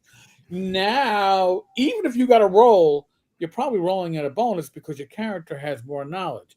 But let's try not to roll, because again, in the hands of a skilled DM, players don't want to roll unless they have to. Yeah, trust me. And Greg is a very skilled. My wife had a great time. She and Greg, she said she was intimidated with the idea. She's like, "Oh my God, Greg Gillespie! He kills characters for a living." Yeah, and she's like, "Oh my God, oh my God! All right, I'll just go. Do I have to go? Yes, you have to go. I signed you up." And she's like, "Oh," and then she's like, 20 minutes into it, she goes, "Oh my God, this is awesome! Such a good time." Yeah. Yeah. She's like, "Yeah, I'm having to think." And she goes, "I'm really thinking. I'm puzzling the stuff out." Yeah. So it was really right. Really fun. Yeah, instead of just rolling the dice and figuring out what happens from there. The first time, going back to playing with Greg, during the first game, we were not even inside the barrel yet. We were outside, and the wizard was like, "I'm going to go search the backside of the barrel," and everybody was like, "Okay, cool." And I was like, "Whoa, you're going alone?" And he was like, "Yeah, I'm going to go check it out." I'm like, "Dude, you're wearing a t-shirt. Yeah, what are you thinking?" So I said, I'll go with him. I'm going to try and help him just in case. Sure enough, 5 steps into the swamp, wizard gets smacked by a zombie because he wasn't thinking. The player wasn't thinking, this is really dangerous. I need to be careful. He was thinking 5e. The system will save me. I've got nothing to worry about. That's not what Dragon Slayer is, man. The Oathar will kill you. Absolutely. It'll kill the TC. It won't necessarily kill the player. We hope not. But it should. I think even 5e players can play old school games and go back to 5e and be better players. Because absolutely, I think I want to tack onto that and say that really depends on the GM though. Mm-hmm. Because if the GM, if somebody walks into a 5e game and says, "Oh yeah, they're the thief. Oh, I go in and I'm very careful and I got my 10-foot pole and I'm dragging it along the ground in front of me and I'm looking for things," you could have a GM that just says, "Oh, okay, make a fine traps roll," or what Okay, and then it doesn't matter. I'm going to tell a real quick story, but. I was one of those many beta testers, but not in the friends and family aspect of D&D Next. 5e as it was evolving into 5e. Yes, he is. And Chubby Funster put together a group of play testers because he got the invite, and he chose people that were old school 3rd edition players, 4th edition players. He wanted to get this play test group that had different play styles. And I can't tell, we played a number of sessions, and I'm just smiling because we still talk about the one session that ended it all. And we were in a defensive position, and I think we were arguing with goblins. We were first level characters, and we were parlaying and trying to intimidate at the same time. We had a good story, and he figured the story sounded legit. made a morale roll, and they let us pass. And the 4E player threw a fit. What did you roll? Not to the DM, to the player who was thinking out this whole plan. He goes, what do you mean? Well, what are you rolling? He goes, no, I just explained how we're, the story we're giving and and how we're going to approach it. Because if there isn't a roll, it's not D&D. What's your roll? What are you rolling? Are you rolling to intimidate? Are you rolling to coerce? Oh. So Greg was like, well, no, it's plausible. It fits. I rolled in their end that, no, he has to make some sort of a roll for this to actually happen. And that's when we never came back for another session. That ended that experiment because it broke the 4E player. Mm-hmm. And that told me that once we got to 4E was the point where there was a role for everything. It took power out of the hands of the player and put power into the I don't know, the mystique of the dice. Yeah, that's I think apart. I think I have a little bit of experience with fourth. None of it was good, but as far as putting the power into the dice, I think it was 3.5 that did that. Yeah, there are definitely the start of pages and pages of skills and feats, and I thoroughly enjoy 3.5. I've got my collection next to me. I will still play it at the drop of a hat. But good Lord, it takes 3 days to make a character because there's so much you can do with it. True. But by the way, with Joe Stone saying 4E is a video game. 4E. That's right. It's World of Warcraft in a book. That's exactly what it is. It was designed from the ground up to be used with the VTT. Mm-hmm. It was going to be microtransactions. So essentially, it's my understanding that if you were going to buy an orc, it was like 10 cents. You need 10 orc minis. They're 10 cents a piece, even if they're identical. And that was the microtransactions. And the reason why 4E was such a massive failure is, just like with 5.5. The VTT never happened. And the VTT never happened in this case because of a murder-suicide. The two main programmers were in a romantic relationship. The relationship went south. One killed the other and then killed themselves.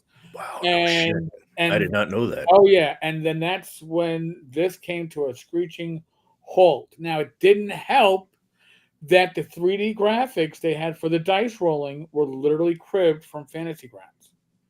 They were caught on that too. So WotC doesn't have a great history with VTTs.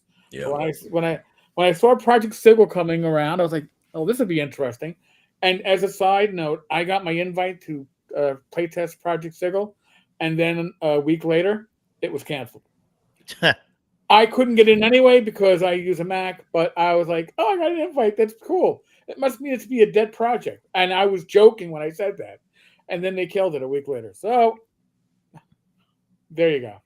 Yeah. For me, 4th edition, because I loved 3.5 so much. When 4th came out, I was like, heck yeah, I'm all in. And I got it. And the first thing I thought was, this is World of Warcraft. I don't play Dungeons and Dragons because I want to play WoW. If I want to play WoW, I will go log into my WoW account and I will play Warcraft. Yeah, WoW with dice. Yeah, that's what it was. And oh man, such a terrible game. They saw the money, and again, Project Sigil, they assumed it was going to be recurring subscriptions, and instead they lost a bunch of D&D Beyond subscriptions. So we shall see how the new leadership at WotC is. I have high hopes. They're guarded hopes, but they are high hopes from what I've seen. So we shall see. I have no faith in WotC whatsoever. I will not buy another product with their name on it, just like I won't buy Disney. They can make the movie of the year, and I'll never see it. I don't care. It's going to take about a year to see how the leadership changes things. I do know that at Gen Con, they were on basically a rehabilitation tour of trying to mend fences because the people that left were the people that were anti anything prior to 2015 or actually anything prior to anything that happened from Mike Merle's prior was probably on the verboten list. But we shall see if they can salvage anything. Yeah. Tell you what, if the CEO of WotC comes up and knocks on my door and apologizes to my face, I will believe it, and then I might start looking at their stuff again. Like that apology tour, that just annoys me more than them going, yeah, we were wrong. Don't do this apology nonsense. Make a product that doesn't suck and doesn't cater to morons, and then we can start from there. Other than that, I am not interested. Did you see that? Did you see that photo with like Luke Gygax? I did not. Okay. Yeah. With the AD&D photo. Yeah, he had the president of Hasbro. He was at a game session. Yeah. President of Hasbro, president of WotC, and they weren't playing 5e. They weren't playing 5.5. They were playing classic AD&D. That to me says more about what they are trying to say than them coming out and saying it. And because it's like, well, if you're doing this just to appease your current players, you're going to be playing 5e, right? If the game 5.5, the best-selling game ever, come on, we sold 4 billion copies, believe us. They'd be playing that. Why are they playing classic AD&D? Because, believe it or not, I guess old grognards must have enough money that they are trying to find a way to get their hands in our pockets. That's exactly how I feel about it. Yep. Yeah. And they don't get my money. And not only do I hate 5e and everything that represents, the Dungeons and Dragons movie came out, and it was just like the perfect encapsulation of everything I hate about modern gaming. But not just the movie, the poster that was painted by the great master Jeff Easley. They took his name off the poster. Yeah, how dare you do that? I couldn't believe it. And that's WotC. Yeah. At the end of the movie, who do they give thanks to? WotC. Ooh. I'm sorry. What about Gary Gygax and Dave Arneson and all these other visionaries that created this game? Man, getting lightheaded over here. The individuals that recently left Wizards of the Coast under their own power. I think it was the new president and vice president coming in, and oh man, you guys are toxic. You got to leave. They are the ones that are responsible for our wonderful disclaimer, which, by the way, just to put this in perspective, starts with D&D Next. If you go on drive-thru and you look for any of the playtest material that was released under D&D Next, it's got the disclaimer. So early 5e has the same disclaimer. It is such a poorly, and I've gotten in trouble from certain elements in the industry for being so anti-disclaimer. But that initial disclaimer, if you saw it on the weekend it came out, it was like, I don't know, written by a 12-year-old when their father said, I need an essay from you so you can get out of your room after you did something bad. And they came. Yeah. They couldn't even spell Dungeons and Dragons right. It was the initial disclaimer. It was that horrible. Yeah. So, Decado, do you have anything to add to any of this? I hate the three of us eating the popcorn. Have been, What's been doing? Kind of jumping in over each other over here, and I want to give you a chance to. You're muted. That's why we can't hear you. You're muted. You're muted. We can't hear you. Or your headset died again. We still can't hear you. Uh-oh. Oh, no. Well, that explains why he hasn't said anything. That's why he hasn't said anything. That's my fault. He told us last time that his headset was bad, and I was like, you got to use a headset. No, we can't hear you. I'm sorry, man. Oh man, now I feel bad because I feel like he's tried to say stuff and we just can't, we didn't ignore you. We just had no idea you were talking. Oh boy. Well, I'm hopefully just we glad can this get that. didn't happen to him when How's he was that? still actually working. Hey! Oh, Yes, yes. there we go. Hey, we got you. You got a bad wire? 5x5. Oh, this stupid box caught on the arm of my chair, I think, and flipped the switch. Ah, Technology. Well- I would have blamed my cat. You know, just we have Yeah, my cat right over there. strong sound Technology. type. That's right. Absolutely. Technology peaked with frozen pizza. My mantra. So I hope you didn't think that we were you were trying to say something and we were just talking through you. No. I fall into that. Like there's so many good like opinions and things. I just end up soaking it in. I'm kind of in the same camp as Jason though. Like there's so many great games out there that I think the best thing with all the OGL nonsense was that people started to see them more. I know I did. And I was already done with. Yeah. I mean, I was still playing it, but like a year before the OGL, I knew I was done with 5th edition because it just sucks to me. Yeah. Anyway, like people love it, play it, please, but for me, it sucks, and I don't want to play it. So I just started looking at other, and now it's like, my God, like I think we're in almost like a golden age for games because there's so many good games out there. I'm like, I don't really have a reason to ever go back to like looking at anything WotC does because I think they make like the lowest quality product as far as like quality content. You know what I mean? Right. I mean, you can go and get. I would rather spend. Obviously, it's cheaper, but like we've been playing OSE, and I have collected all the current carcass crawlers that they put out for that. It's like a zine.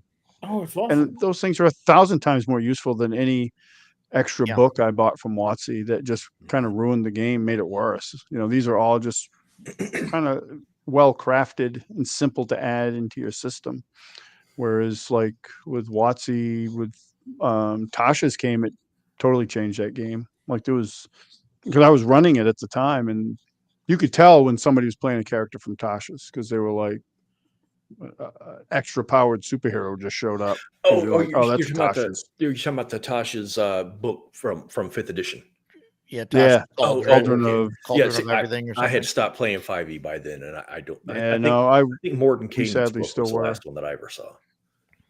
Okay. Conversely, I will say I think to give them some credit, which I hate to do, but the original print of their Volo's guide is probably my favorite book that they did because it just had like a really good stuff about like beholders and giants and hags and stuff like that. I didn't care about so much the playable races it added, but the that stuff was really good. Then they got they had to spare like 5 people's feelings on Twitter and go back and reprint it and take shit out and make it a worse book. So they've done that more than a few times. They did that with Curse of Strahd. They ended up they did having to redo some the things. gypsies are travelers now, or some nonsense The gypsies like that. and the you can't use the word gypsy. It's bad, I guess. Yeah, and the girl in there, I forget her name. She's the gypsy. She's got a fake leg. They originally she was like ashamed of it and like hid it.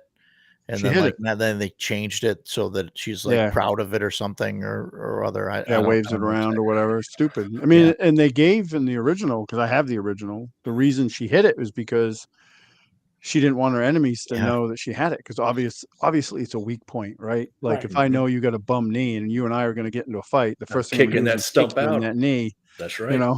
It's just what I'm going to do.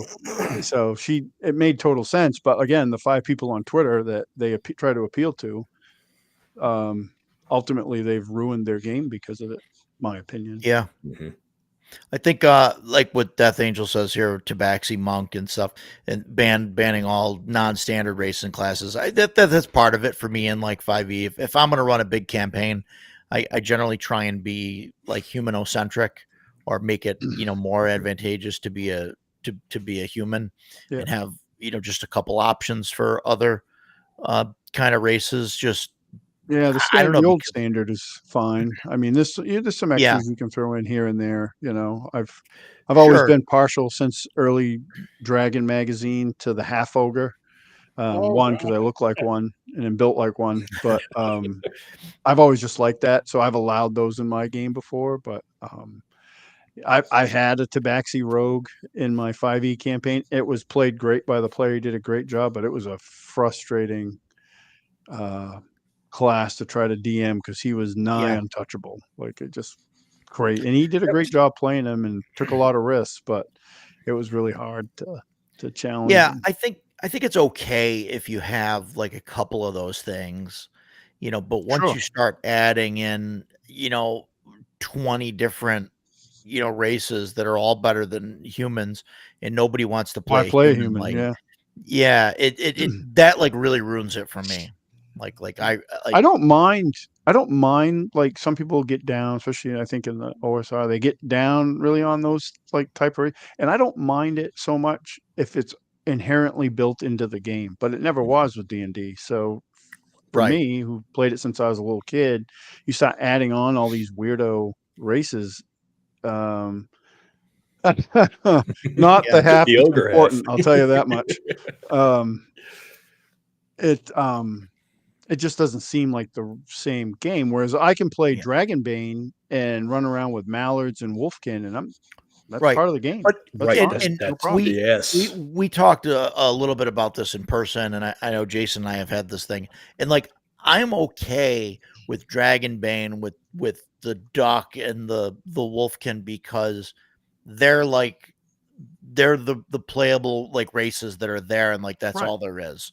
Right. They're There's no not half like, orc or hey, here's anything like that. here's 20 things that you can pick from, like, one of which is a duck and a wolf. It's like, here you go. There's human, halfling, the duckling or the wolfkin, like that. And that's like their elf and dwarf class, or Right. like that, which is fine.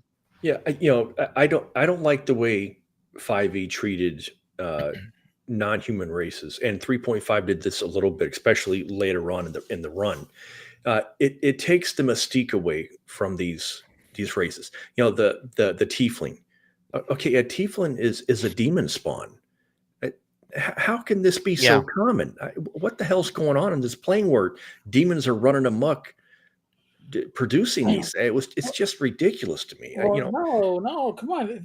They reproduce themselves, Sure. People, asexually, of course. Why yeah, not? well, They're potatoes. We can't talk about those details because they can identify as they want. Right. But I mean, that's the whole thing. I understand options, all right.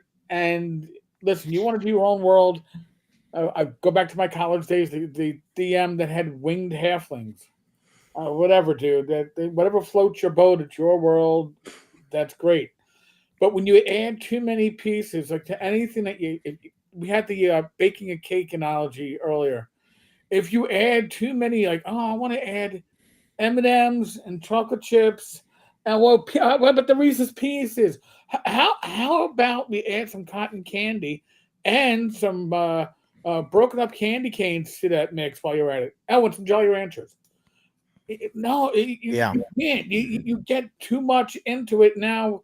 It's not even recognizable anymore. And I think that's part of the issue that we have. I mean, but also remember those two, you can't have half races anymore because that shouldn't, is Tennis Half-Elven still in the Dragonlance, or is he now redefined? Because that I'm not sure. Yeah. They would never write those books now. Oh God, no, it can't. Nope. I remember going back and reading those as an adult, and I was like, wow, they really like hit some adult themes in those books. I mean, his whole backstory, is and there was a lot of that in there. Like they were very, in some ways, I think ahead of their time. And they would never do them now. I mean, Tennis even in the Dragonlance 5e thing. I don't know. and by the way, I never owned more than one of the modules, but I did enjoy the novels. Okay, I never played them. I've read the books. I still read the books. It's some of my favorite stuff, but I've never played the modules actually. No, I that's a real railroad on steroids. I just can't do it, man. Yeah, this is I'd rather read the books. I think, honestly. Yeah. The alien nature of non-human races. I think that's important to show that they're not familiar with human society and things like that. I think that helps. Like I've always had elves and dwarves being like, secluded off somewhere and not. 5e does away with it, right? 5e, right. These different Right. races are just different nationalities of humans, kind of sort Now of. they're just basically skins. I mean, they don't. Yeah. That's right. They Yeah, don't provide really anything. it's a 99-cent outfit on Fortnite. Yeah. It's That's- like, hey, that's all it is. my dwarves work in armory and bake scones at the same time, wearing sandals. I need to work on that. Apparently, Yeah, I want my kitty cat in my armory because especially that works out really well. Have you ever seen a cat go on fire? I had a cat walk into a candle one time. Oof. Put her out real quickly. Learned that you can't have candles around at Christmas time on the table, and have the cat jump on the table because they're like, "I'll walk right over this." Yeah. But no, I mean, the lack of reality with D&D 2024 and just the imperfect artwork is like, what are you trying to? Why are dwarves baking scones? What? oh god, Purpose smithy. Yes. Yeah, that's the great question. But then WotC tells you exactly why they're doing that. And so for me, I go back to that's fine. I can keep my wallet, or I can give it to Greg Gillespie, or I can give it to Joe Block. It's what they good. do in Seattle when you have a smithy. You bake scones with cats and people wearing sandals. That's what you do. Yeah. What you do. Yeah. I wish I could pull up that image. That image is hilarious where they're all at the dinner table and there's like a taco and like there's all like a bunch of different foods from different, like human, like, earth, cultures or whatever. I always pull It's like, those how off did this Twitter get when I here? see them. I pull them off Twitter and I send them to my group chat, and I'm like, "Well, this just screams adventure, doesn't it?" They're like, I can't wait to play. Yeah. Yeah, I'm gonna grab my falcon as I go falconing on my adventure. Yeah. Next week adventure is to find the appropriate taco seasoning from the going back to the Dragon races Chef thing. somewhere. Yeah. I will never feel bad about my segues ever again. I'm good. We were talking about how different races not necessarily should be treated, but the mystique of them and the alien nature. That's one of the reasons why I was such a huge fan of the Witcher series, both the books and the video games, not the Netflix show. Oh, it was awful. Yes, it was. It got first season started out okay. Right, well, the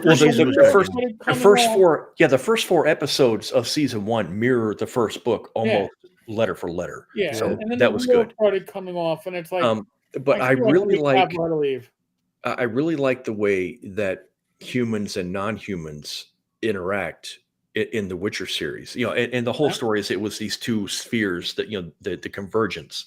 So they are alien to each other. Yeah. And it's not so much that they couldn't get along if they tried. They have no desire to get along. The elves, the Scoia'tael, gladly kill any human they find. The humans gladly kill any elves they find because they are so alien to each other. And then I really liked it. And I don't want that level of darkness in my normal D&D campaign. But like when Tyler, one of our players in our campaign, when he was like, I just really want to play a halfling ranger, and you didn't want him to for the longest time. You were like, I'm trying to keep this as humans. Yeah, but we kind of took a vote and we're like, just he'll be an oddball. He's the only non-human that we have, and I liked early on when he was in the campaign. We were all like, "Where's Shorty?" But then as it's been 15 months. So as we got to know this halfling, we don't treat him as a half man. He's another one of the group. And we don't do a lot of play in town, so that relationship will very likely never come up in town. But I like that he is the only non-human in the party.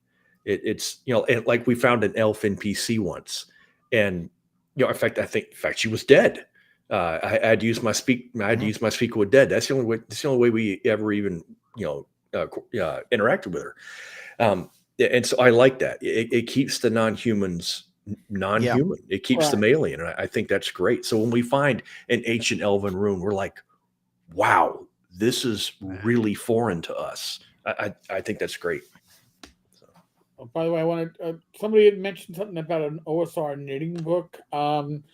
I do know that Foogly, a frequenter of my channel, is working on an OSR coloring book. Okay, if you want to see some OSR personalities cartoonified in a coloring book, God help you if you wind up in this book. You might be saying he's extremely skilled. He's the one who did the 10 cars toilet sign that I have hanging on my bathroom door. Oh, okay. Yeah, Foogly is also, and by the way, Foogly just sent me a photo because he does all the Renaissance festivals, and not baking scones, but it is apparently someone working at Let's Smithy. do this here. I know. Hold on. Someone working at Smithy in bare feet. So, all right. So, braver man. That's ballsy. I'll give him that. Ballsy. I won't even cook breakfast without wearing my shirt. Okay? Because it is dangerous and it is painful when that splatter hits you. So I can only imagine bare feet. I'm a very low-level blacksmith, and I have ruined many shirts with spark splash trying to light my shirts on fire. Yeah. Including my beloved Pearl Jam concert shirt. Yeah, that didn't make me happy at all. That would be like me ruining my Ramones shirt. I would. Yeah, there would be tears. Yeah, I saw him on the Yield tour. Man, I went to put my shirt on one day, and there was a hole this big in it, and I was like, "Oh no!" It's not from a cigarette or a cigar. It's from. Yep, from sparks. Yeah. What are you gonna do? Sorry, I got Billy Idol now. What's up? There you go. Great concert. Great concert. Okay, go. I got my CNY, my CNY t-shirt. Represent. Going, yeah. Good times. Yeah, there you go. Get back to those drawings. Get that coloring book finished. We all want a copy now. Yeah. Oh yeah. I've seen some of the pages. And, oh my god, classic. And there were people who go, "It doesn't look anything like me," and I'm thinking it looks exactly like you. But I'm not going to tell which people that's about. I'm just saying. Nice. Nice. That's awesome. So yeah, we've kind of covered a lot back and forth. Broad spectrum of with some of this. Yes. Yeah, broad spectrum. We do get off topic a bunch, but it's just a display of our passion is all it is. No, it is. Right. Is there so just to kind of get back on topic? So I had the 5 things written down: the GM, players, system, story, and setting. Mm-hmm. Is there anything that I missed? Is there anything else that makes a campaign great? That's that's none of those things, or if anybody wants to touch on any of those things again. Well, I think it's that group magic, right? I mean, that's what it comes down to. Yeah, the intangible that you don't plan for, when you have it. Okay, when you have that group magic, and you're like, wow, I'm gonna bottle this. That's when you know it's gonna work well. All right. And my biggest advice is this is how we've always done it since the beginning of my online groups, like, I don't know, over a decade ago, is that, you can invite whoever you want, so long as they understand they have a 1-session trial. And if anybody gives the infamous black ball in the voting, just one vote, they have to appeal to everybody. And everybody has to vote honestly, because you're changing group dynamics when you bring people in. And for sure. So that's always got to be something that people have to understand. I've been lucky over the years that we never really brought anybody in that was a walking bag of shit. But we've come close. They never showed up. It's like, oh, thank God. All right, well they had something else to do. All right, well, invite them. When I was in Alaska, we had a group that had been playing for 5 months or so, 5th edition. What are you gonna do? I was playing a ranger, and the DM had a buddy that he wanted to bring into the game, And we're like, yeah, we got room for one more. Why not? Sure. And he's like, but before he comes, I have to tell you guys something, and everyone has to give me the okay. He's a registered sex criminal. And the second he said that, all of us are like, nope. Oh, boy. I don't care what was going on. The answer is no. And so that was the end of it. Yeah. But, that's exactly that. Even if one of us had said a sex criminal, no, then the answer would have been no. And it was never brought up again. So great. Joe's got a good question here. If any of you guys ever started a game you thought was going to last a while and be really fun, and then it just crashed and burned, and what was the specific thing that made that game bad? Oh yeah. Yep. Yeah. What do you got, Ducato? What you got any examples, story you want to tell? Yeah, I mean, I think when 5th edition first came out, I stopped and started at least a couple times. And I think what really for that game that really crashed and burned it was me. Like, just it wasn't I like to run the players are they're the heroes of the story. So like they do heroic shit. They fight big bad monsters and save the world and do all that stuff. And that's the type of game I gravitate. And I was trying to run a very different game than that. Like they were a little on the shady side and all this stuff. And it just didn't click with me. And because of that, I had no inspiration to really work on it. And it died. Like we just stopped playing it. But I've had systems crash my games too. Like it was like I had a 3rd edition game that we played for a long time. It started in AD&D and then went up through into 3rd edition and Pathfinder, and it just became such a nightmare to juggle mechanically to prep and stuff that it just killed it.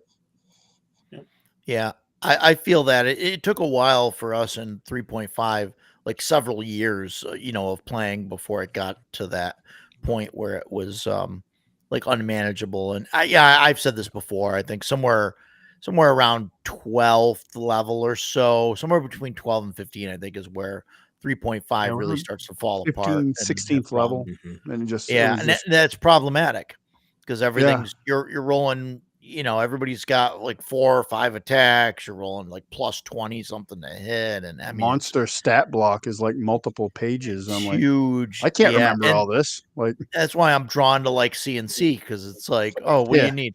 Oh, I need the monster hit dice. Like that's it. That's all you need. All I really need.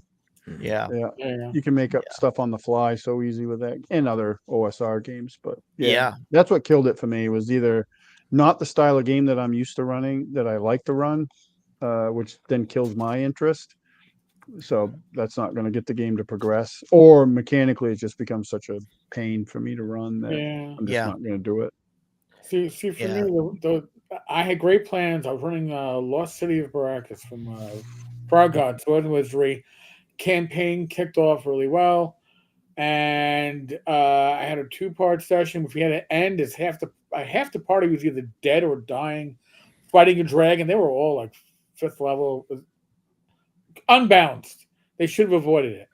Came back a week later, and a miracle of miracles, it was good player rolls. They drove the dragon off. 6 players, two survivors.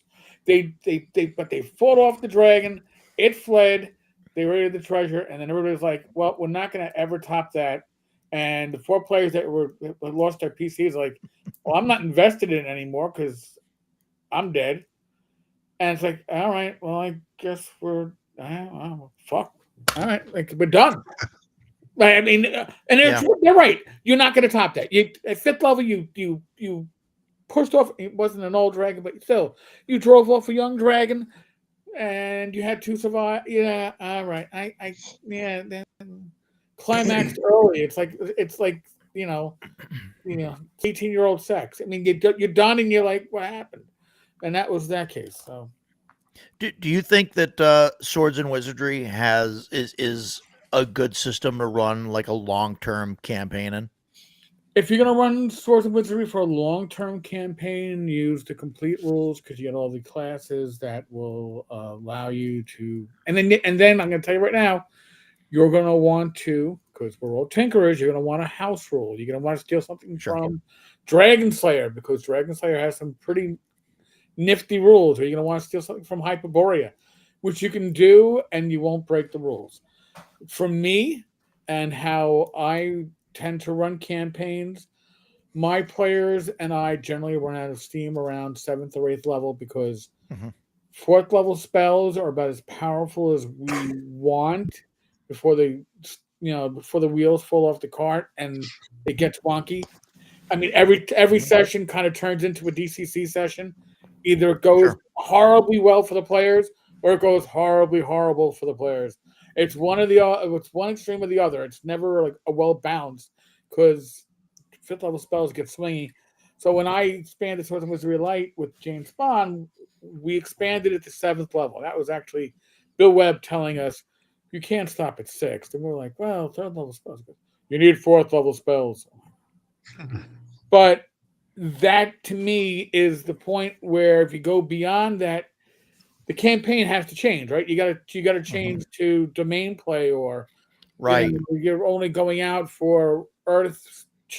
You're the Avengers now. You're only going out when you're saving the universe. So there's that change. So I'm happy if my campaign makes it to 6th, 7th level. I'm happy. Joe the Lawyer's 2E campaign, I hit 8th level as a gnome priest, and honestly, in all my years of gaming, that's the highest I've ever legitimately gotten a character in a campaign, because I was always the DM anyway. But a legitimate character to 8th level, I was like, oh my God, I can't believe I got here. And I'm happy with it. But I don't think I would have been happy getting to 9th level spell because I can raise dead. Well, now it's just silly. Right? Now you're taking away.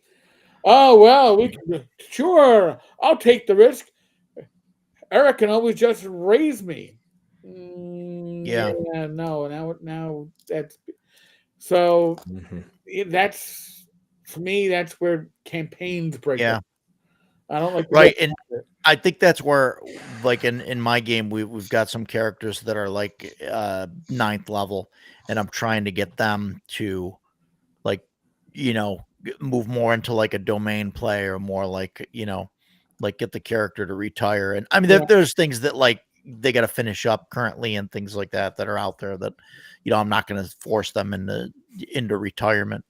But like if anybody gets closer to like 12th level or something, that's where I'm going to really start pushing, to retire, or to, not to retire, but just to have them, hey, here's the keep, and have them, give out quests and stuff. And that's the thing, right? Like go back to AD&D name level.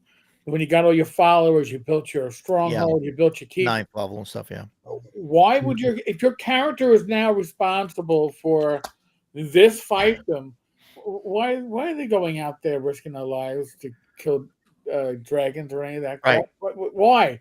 They can pay people to do it, and I'm sure that's what Gary intended. Was like, you know what, the players, but players are of different minds, especially when I was younger. I'm not saying you don't have like a 17th level paladin. I'm just saying I don't feel in my older days that it was legitimately earned. Sure. As we play them now. And Knucklebone, okay, how do you get powerful enough to kill a dragon? And that's, and I think part of the key of like killing a dragon is with numbers as well as numbers. And they're supposed to be difficult. They're supposed to be difficult. And you shouldn't have a party of 10, of 5 people that are, just able to go out and just kill a dragon. What size dragon is it? Again, with it was like a young dragon. I think it only had like 40 hit points, and they didn't kill it. They drove it off. Because dragons are not stupid beasts. They're not going to. Self-preservation is a very real thing.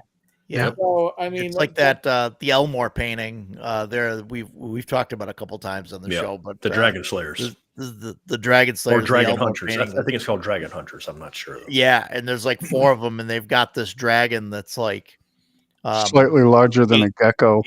Yeah. yeah, like, it's like But they're 8 all feet they're all long. like We're all Look like, at yeah, us. we killed it. yeah. Like, yeah, Awesome. yeah, That's great. yeah. So yeah, definitely. How do you kill a dragon? A well-placed arrow to the heart. Isn't that, Ba-dum. Name your character Bard um, and have him be really good with a bow.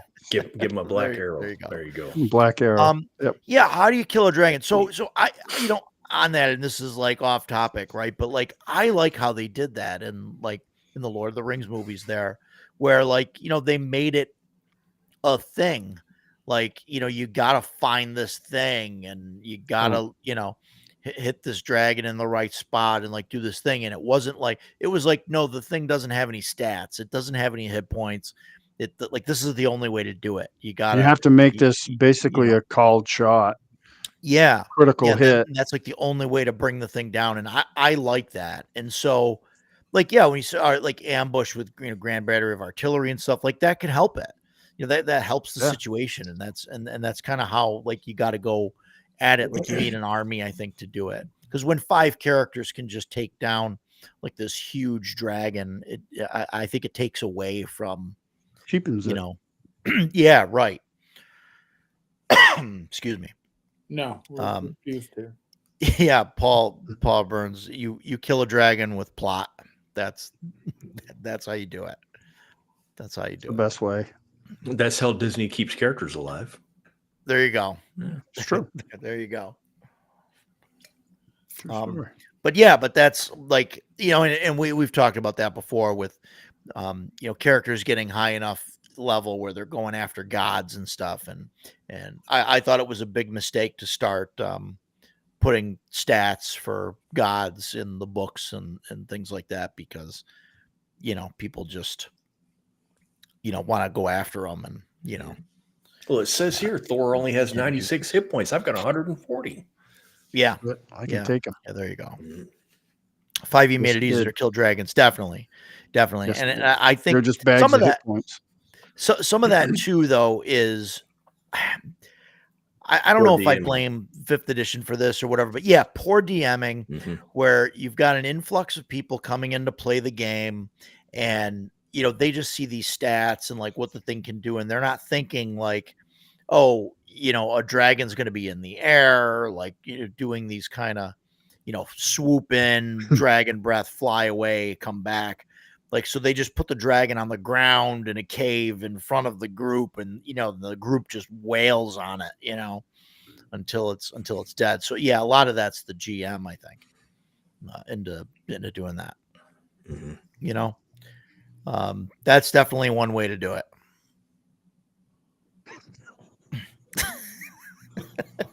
It's a proven technique right there. Solid. So yeah. When Stan Lee was asked what character would win a fight, whoever the writer said would win. Yeah. Yep. Absolutely.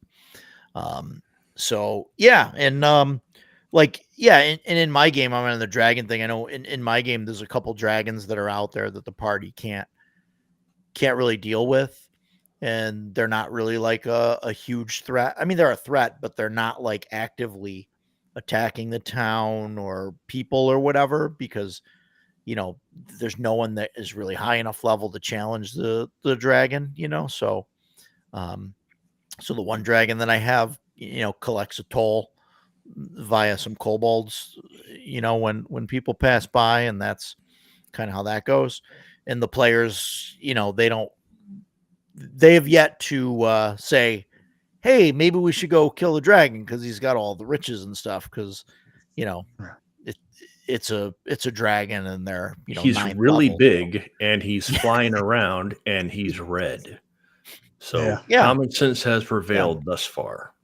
Yeah, same in my game. They found one of the groups found a red dragon. I think he's mature in CNC stats. He's a mature dragon, and they ran away from it. And there has been no talk of like, hey, let's go fight that dragon, because it's not Yeah. gonna shape out. Yeah, very and well I for think them. it's similar with this, where like the dragon's there, and it's like, okay, he's not really bothering us. Yeah, He's not like exactly. an active threat. Let's not, get all killed trying to, go after this thing. But I mean, until they look at the treasure chart for that dragon, and then And they're like, oh, then I wait a think minute. I'll have some players that are going to try and scheme their way into into that. So, but yeah. So yeah, I mean, we've been going quite a while here. Is there anything anybody else wants to add as far as making a game great? What makes anything else that makes a game great? A campaign, a one shot, any specifics? No, I think you'll find it when you find it. Yeah. You mentioned I'd say- Tenkar about finding the group, finding like the right group and the Right. perfect group, and like what happens when you have like one person that doesn't fit that group. Do you really like? I mean, you mentioned the marbles, like marbles in a bag. Keep them out, thing. right? But if they're already in, listen, if you're back in high school, or an adult, you disband the group, and then like 2 weeks later, you bring the group back together with that one player. I'm not saying I've done that, but I've seen that happen. It's like it's a new group. Yeah, we're just done. Yeah, we're all calling it quits, right? Yeah, I got child care issues, and then like 2 weeks later, it was like, oh, I could play again. I could play.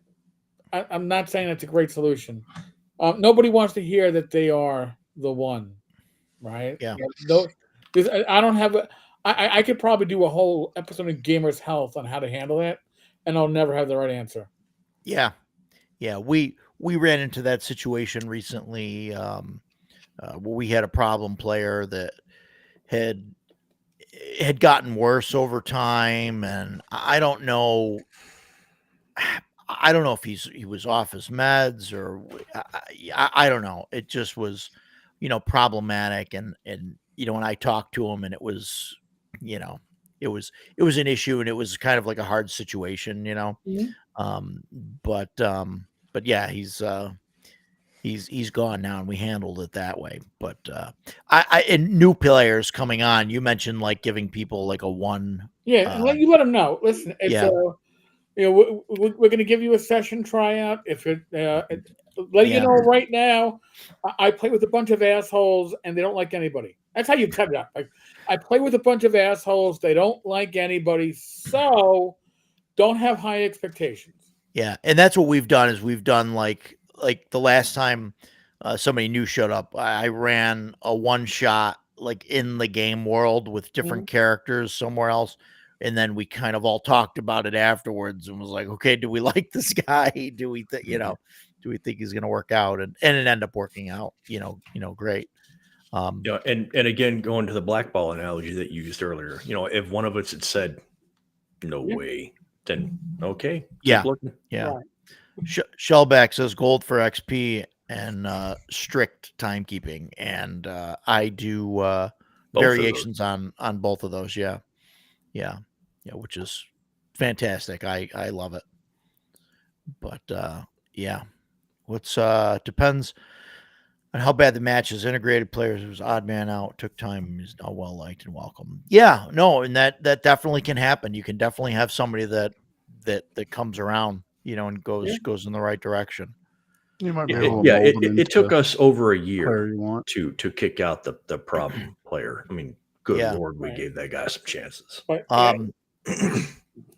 yeah, dice fudging is I've had players like do that where they roll the die like in front of them with their other hand like covering the die, and they roll it, and then they pick it up and they look at it and they're like, 20. oh, 19. Yeah, I've seen that, and it's like, come on, man. What are you doing? I forgive you if you're 13, but when you're 33, I don't forgive you. That's right. Yeah. Good stuff. So I just want to give a quick shout out. I don't have the link handy, The Kickstarter for Arduin, and oh boy, I'm gonna have to look it up now. It's Tonisberg and Barrows. No, I want to say Bunnies and Barrows, but it isn't Bunnies. No, and Barrows. that's not it. It's not that one. But listen, it's under Emperor's Choice. Search Emperor's Choice on Kickstarter. 2 weeks left to go. Yeah, Love those guys. Oh, Those guys are absolutely fantastic. Yep. And they were at CNY. They're planning on coming back. Tenkar was at CNY. He's planning on coming back. Greg is planning on coming back. It's going to be fantastic. Barrows and Ducato is coming back. Thank you, Dave. I appreciate it. Oh, by the way, here I'm gonna slip a little announcement in. Just found this out yesterday. Well, we finalized it yesterday. Myself, Joe the Lawyer, and Joe Block are going to be doing a twice a month live stream on Sunday nights at 9 p.m. Nice. I saw you guys. Was that? Yeah, we did that little thing on Joe's channel, and we all hit it. We're like, wow, it worked out really well. We were like, yeah. And I we're talking. It's like, we should do this more often. And all of a sudden, Sunday night special, spelled with a K, is going to be the twice a month live stream from the three of us. Cool. I think it's going to be really good because we have a pretty good. That's like this group. You have a good rapport. Everybody kind of feeds off each other pretty well. We have a good rapport. We feed off each other pretty well, and we are three opinionated. I'll just leave the blank out there for you. You can fill it in yourself. I've cursed enough for his live stream. What time on Sundays? 9 p.m. because apparently they have to throw my. I tried to use ChatGPT to figure get my schedule going, and ChatGPT is like 8 p.m. I'm like, no. I know I do 4 of the live streams during the week. This one's got to be 9. I had to explain to it that you've already figured me out, and now you're wrong. So I run my game from 4 to 8 on Sundays. So that's so we'll have to jump on and take a look at that. We finish up at 8. Good. Yeah. We finish up at 8. It's fine. Guys play in person? Good. Yeah. Oh yeah. I can't play online. No, I don't can't. Like it I was just curious. I didn't know how close. I knew you guys obviously in the same state, but I didn't know. I'm the New traveler. York, pretty big state. Just giving you a little warning. So I drive an hour to play at Rogers. So, I'm not. I can't drive 5.5 to play at Rogers. It won't happen. Well, once Roger hits 1 million subscribers and starts making real money off this, then we'll fly you out here every Sunday. Won't be a problem. I'll get the helicopter landing. Yeah. You get the helipad built. But we'll check that out. That'll be Paul. It's going to be a discussion. It's going to be like a. If you enjoyed the stuff, I don't know, 20 years ago, point counterpoint, like the early Sunday morning, like you're wrong. Expect a lot of your wrongs, okay? Just crossfire. You're wrong, and I'm right. No, it should be fun. Hey, Mike, welcome to the channel. I don't know whose channel you came in on, but well, welcome anyway. So yeah, and if any of my subscribers aren't subscribed already to Ducato or Tenkar's channel, please join them. I know it's probably the other way around. Tenkar's probably he's the big YouTuber here. Yeah. I'm a small fish in a small pond. It's an illusion. Well, in this small pond though, you're the big fish. I get to spend 3 hours talking about Dungeons and Dragons, man. There you go. I couldn't be happier about this. Yeah. That's better than and I hope you had a good time. Hopefully we can get you back on if you're willing, obviously. We got Central New York RPG Con coming up in June. Do it. Hopefully everybody can sign up and get to that. We had an absolute blast last year, and we're planning on having an absolute blast again this year. It's going to be fantastic. Yeah. But what any closing thoughts or anything? I don't want to. I know I jump in and talk over people. No, So, no. Jason, Like Ducato. Roger said, I'm good. if you're enjoying this live stream, you should be subscribed to at least 3 channels. Just saying, so you don't miss notifications. Especially Ducato and Game Master Roger, because they're going to be here every week. I will drop in as my schedule allows. I'm lucky. My wife is like, yeah, whatever. I'll play with the dog for the next couple of hours. You do what you got to do. Oh, thanks, man. Appreciate it. Greg Gillespie's Heifel? Yeah, my son ran it. Yeah. Not I'm the whole gonna- thing, but he ran about, I think, 8 sessions, and then we'll get back to it when his Wow. turn to. And those run are on your Thursday those are night. on your channel? The recap. They're not live plays; they're just recaps. Oh, I'll go check them out. Yeah, that's actually my favorite Gillespie dungeon is Heifel. Roger doesn't like Yes. it because it's elves or because it flies or whatever reason you don't like it. But I know you told me that It was fun. it wasn't for you, and I was like, oh, this is great. Excellent. I bought that book at CNY from Greg, and Yeah. just because I'm a completionist, Yep. and I already had Barrow Maze and Dwaro Deep, and I brought it home, and he snatched it and just started reading it. He's like, I want to run this. I'm like, well, run it. 'cause Awesome. I probably won't All get right. a chance. So, Yep. so he did, Cool. and we used Dragon Slayer and played Heifel. It was a lot of fun, and we'll get back to it. Like he plans to go back to it, so it's his Cool. turn. Very cool. Very cool. Yeah. So check that stuff out. Check out the other channels, and we will see you guys next week on the next one. Don't know, to be determined what the discussion is going to be about, but we're guaranteed to go off topic anyway. So It's a hex crawl, right? yeah, there you go. Yeah. Absolutely. Come on. We'll roll randomly. What will we find? Yeah. Oh, that would be fun. So I'm gonna have thanks. to come back to that one. There you go. Thanks, guys. Thanks for coming, and everyone. we'll talk to you guys soon. Be good. Thank you.